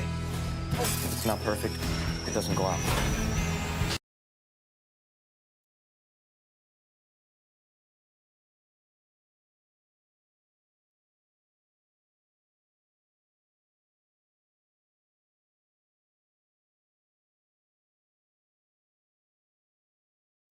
Which is a non-tariff environment. So let's talk about You know, the advantages of not having tariffs, whether they be President Trump's tariffs or counter tariffs, on the general North American economy. Let's look at. So are you all carrot, no stick then, Premier Mo? Is that what I should understand? No. When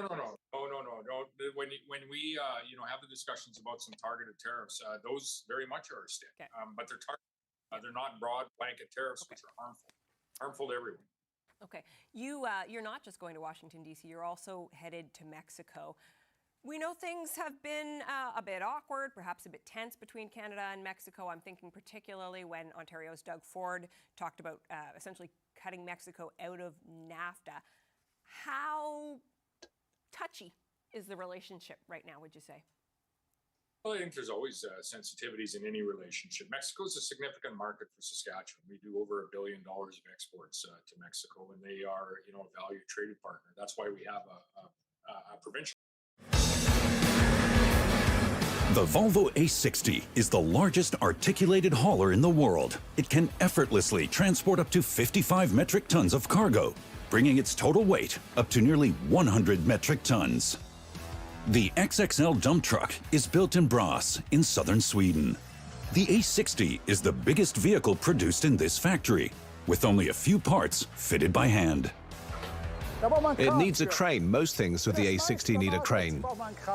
Every part of the A60 is bigger than those for the other vehicles in the plant.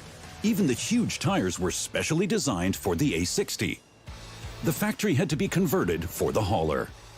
The machine didn't fit into the gates. They needed to widen their gates in order to get the machine into the correct environment.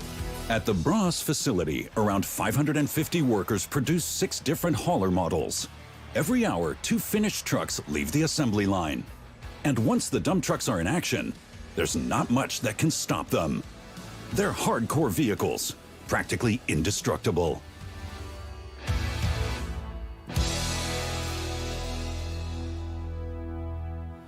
We're building electric vehicles to save our planet from all those soulless... Bras, southern Sweden. This plant produces 6 different dump truck models, chief among them the A60. The first step is cutting the sheet metal down to size. This high-rack warehouse has 176 storage areas, housing all the different thicknesses of material that will be needed later. Each sheet goes onto the laser table, where it's cut down into smaller parts according to specs. The thicknesses range from 6 to 16 millimeters. This is a scrap material from which the parts are cut. You can see the plate sizes are very optimized from what you were going to cut in them, both in thickness and in width, so you'd have the least amount of scrap. This gets recycled and melted down to make new plates. Next, the sheets are welded together. This ensures a durable joint between the parts. The welding workshop is the second largest section of the factory, after the assembly line. It's like a hose, 1.2 millimeters thick, and it's filled with powder. When it comes out of this protective sleeve, where the gas comes from, it melts between 1200 and 1300 degrees Celsius and connects one side with the other by penetrating the material. Here too, most of the welding work is now done by robots. After the frames and parts have been joined by hand, the welding robots take on the longer welding seams, completing the work of their human colleagues.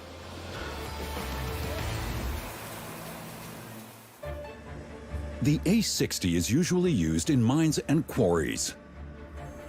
A heavier load capability means fewer journeys and higher productivity. Engineers have been developing this system for 50 years. And it all started with a tractor, just like this one. Anyone who has been operating and reversing in the forest with a tractor and trailer knows how difficult it is. So they started to experiment to improve the off-road performance. Take away the front axle, put in a hydraulic steering, connect with this, and with that, the first articulated hauler was born. Since then, it has developed. The machines have become larger. This is the 860, a 3-axle machine. Now we have the A60. And the A60 is a full articulated hauler It has an articulated steering, it has an oscillation joint to keep a good ground contact, and we have all-wheel drive. The A60 is the biggest of its kind. With a length of 12.22 meters and a height of 3.85 meters, it's one of the largest construction vehicles on the planet. Its wheel-to-wheel width is 3.88 meters. Its net weight is 43.75 metric tons. Maximum load, 55 metric tons. That means a total weight of nearly 100 metric tons. Its container can take up to 34 cubic meters of stones, soil, or debris. The A60 is powered by a 6-cylinder inline engine with a displacement of 16 liters and 673 horsepower. The diesel engine supplies up to 3,200 Newton meters of torque in all-wheel drive. Its top speed is capped at 55 kilometers per hour. No wonder the A60 is affectionately known as the Beast on construction sites around the world. The A60's operational function is the transport of waste material, rocks, and other types of material, a function which is well served by its huge dump body, which can hold up to around 34 tons. Like almost everything on the A60, it's also custom-built in-house. The parts which are produced by the laser cutting tools are assembled on a special device. Only when everything fits perfectly can the dump body be fixed on by a process known as spot welding. While in the past welders were almost all men, this part of the plant has also seen an increase in female workers over the years. This is for eye protection, and when I put this on, this one is become black, that the light don't blend me.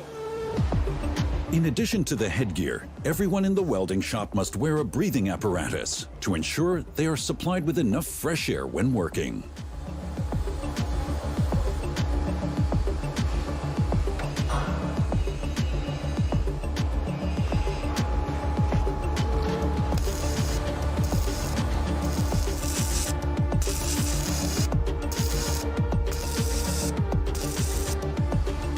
The spot welding of the dump body is complete. This one component already weighs almost 11 tons. But before the dump body can continue to the next stage of the manufacturing process, all of the so-called spots must be connected with one another. This job is handled by a robot, which completes it in an hour. This is also when the exhaust ducts are fitted, since the dump body is heated. Here you can see how the exhaust ducts are set up, the sheet in front and the sheet behind, so that the exhaust fumes are directed towards the rear, warming up the body. During operation in cold regions, this dump body heater prevents the contents of the container from freezing. The A60 also comes in a special Arctic version, for use in regions where the temperature can get as low as 40 degrees below zero. But before the body is mounted onto an A60, 2 more steps are necessary: cleaning and painting. The vehicle is cleaned through a blasting procedure. We use steel pellets which are launched at the body at great speed, making it nice and clean. And then it's ready to paint. Before the huge parts are painted, or rather lacquered, random checks are carried out. This 3D laser scanner surveys a large part every day. First, the component is placed inside the machine. Then a contact part fitted with 3 sensors travels around 100 points with millimeter precision. Here you got the back frame, and we got around 100 points. Red is not good, yellow is. This dump body has already been checked and blasted clean, ready for a coat of paint. Unlike in the car industry, the choice of color is straightforward. We have 3 colors to choose between: yellow, yellow, or yellow. The paint job takes almost 3 hours. After that, the parts can take a little break. The coat isn't completely dry yet. It needs a little more time to set. That's why we take it to an interim storage site so that it can be processed 24 hours later.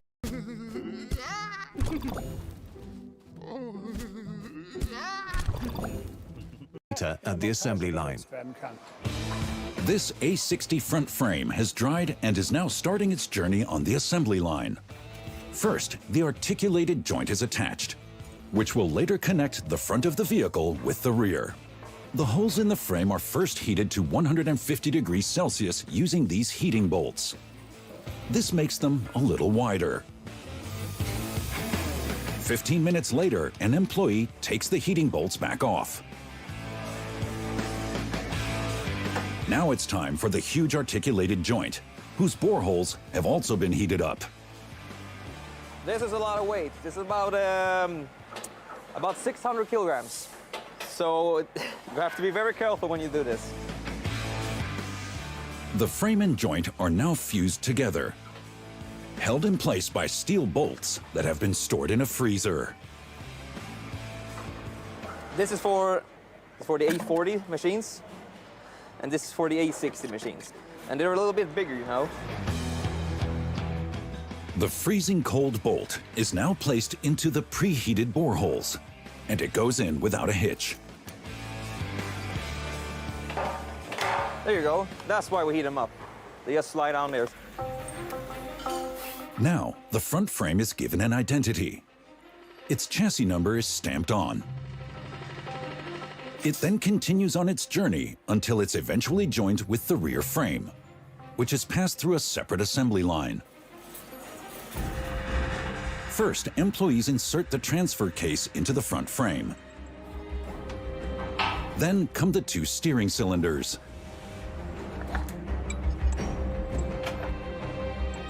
Unlike a truck, the A60 steers with the entire front part, while the front wheels are fixed and rigid. This allows it to maneuver perfectly on the spot.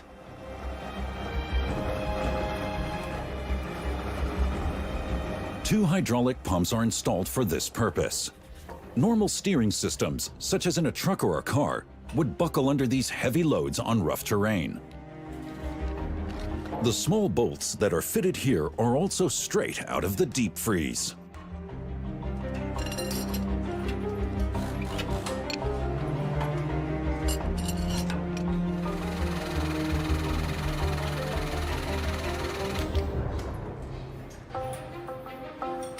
The front axle is prepared at a pre-assembly station a few meters away.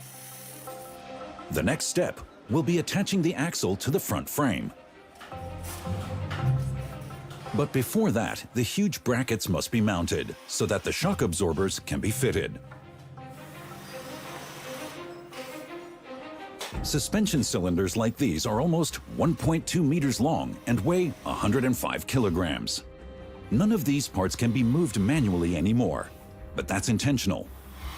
All workstations in the factory are gradually being set up in such a way that the men and women can access them equally. That's why we're adapting our workstations so that women and men can work here on an equal footing. Everyone should be able to do the work and go home in the evening without being totally exhausted. The front frame is now placed onto the axle with a crane. The component now weighs almost 3 tons, and that's before the engine and driver's cab have been attached.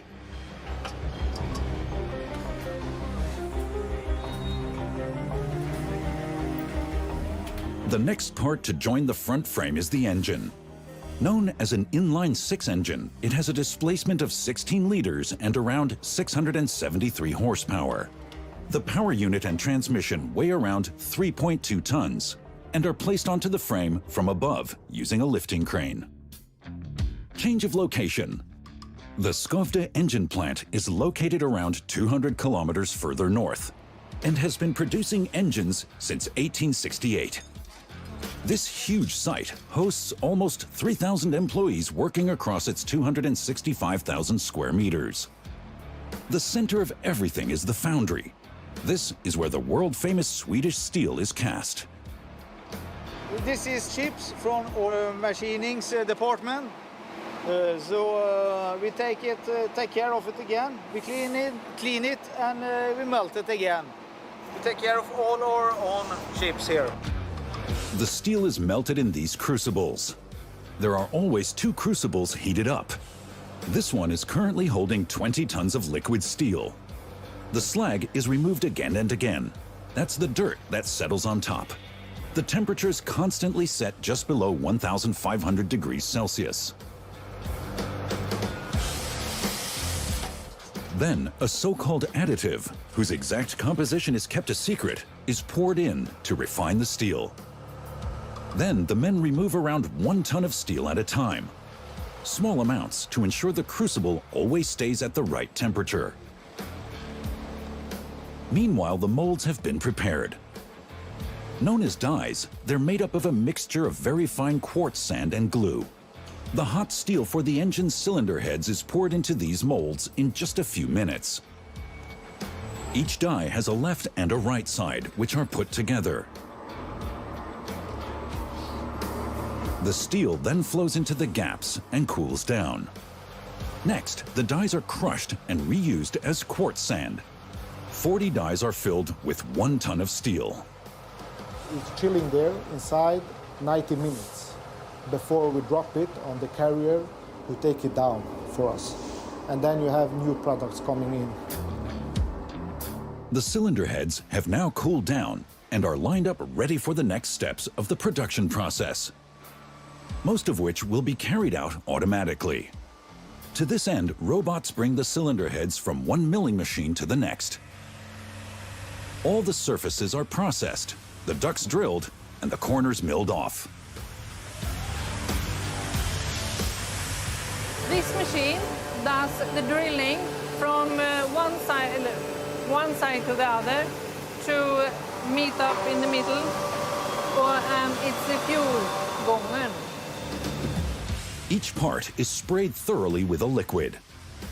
This simultaneously cools the tool and the workpiece and rinses off any remaining shavings. The cylinder head seals off the engine's combustion chamber at the top, so there is no room for error here. Each measurement is therefore carefully checked at the test station. To this end, the cylinder head is cleaned first. All measurements are then checked by means of a digital caliper. Then these limit gauges are used once more for additional checks.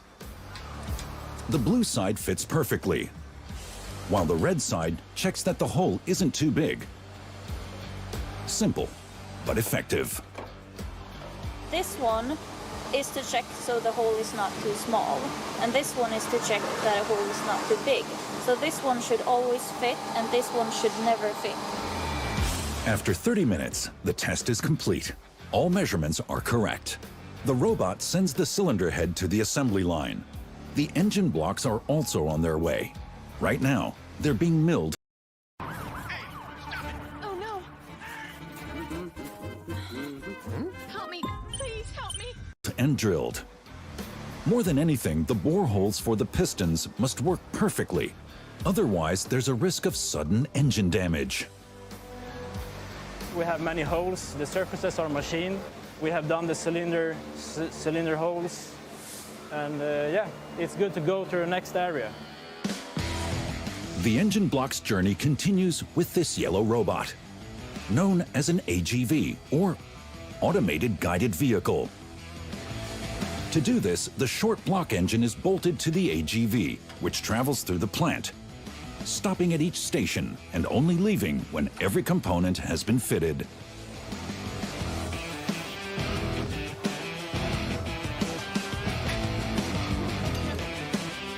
The cordless screwdrivers are connected to a computer which monitors whether all the screws have been fitted. Only when everything is installed can the employee check the engine out of its station and send it to the next one. Then the process is repeated. The AGV moves the engine to its next assembly position. The AGV knows which position the engine should be in, so it turns the engine automatically for the best position to assemble the parts. These robot vehicles help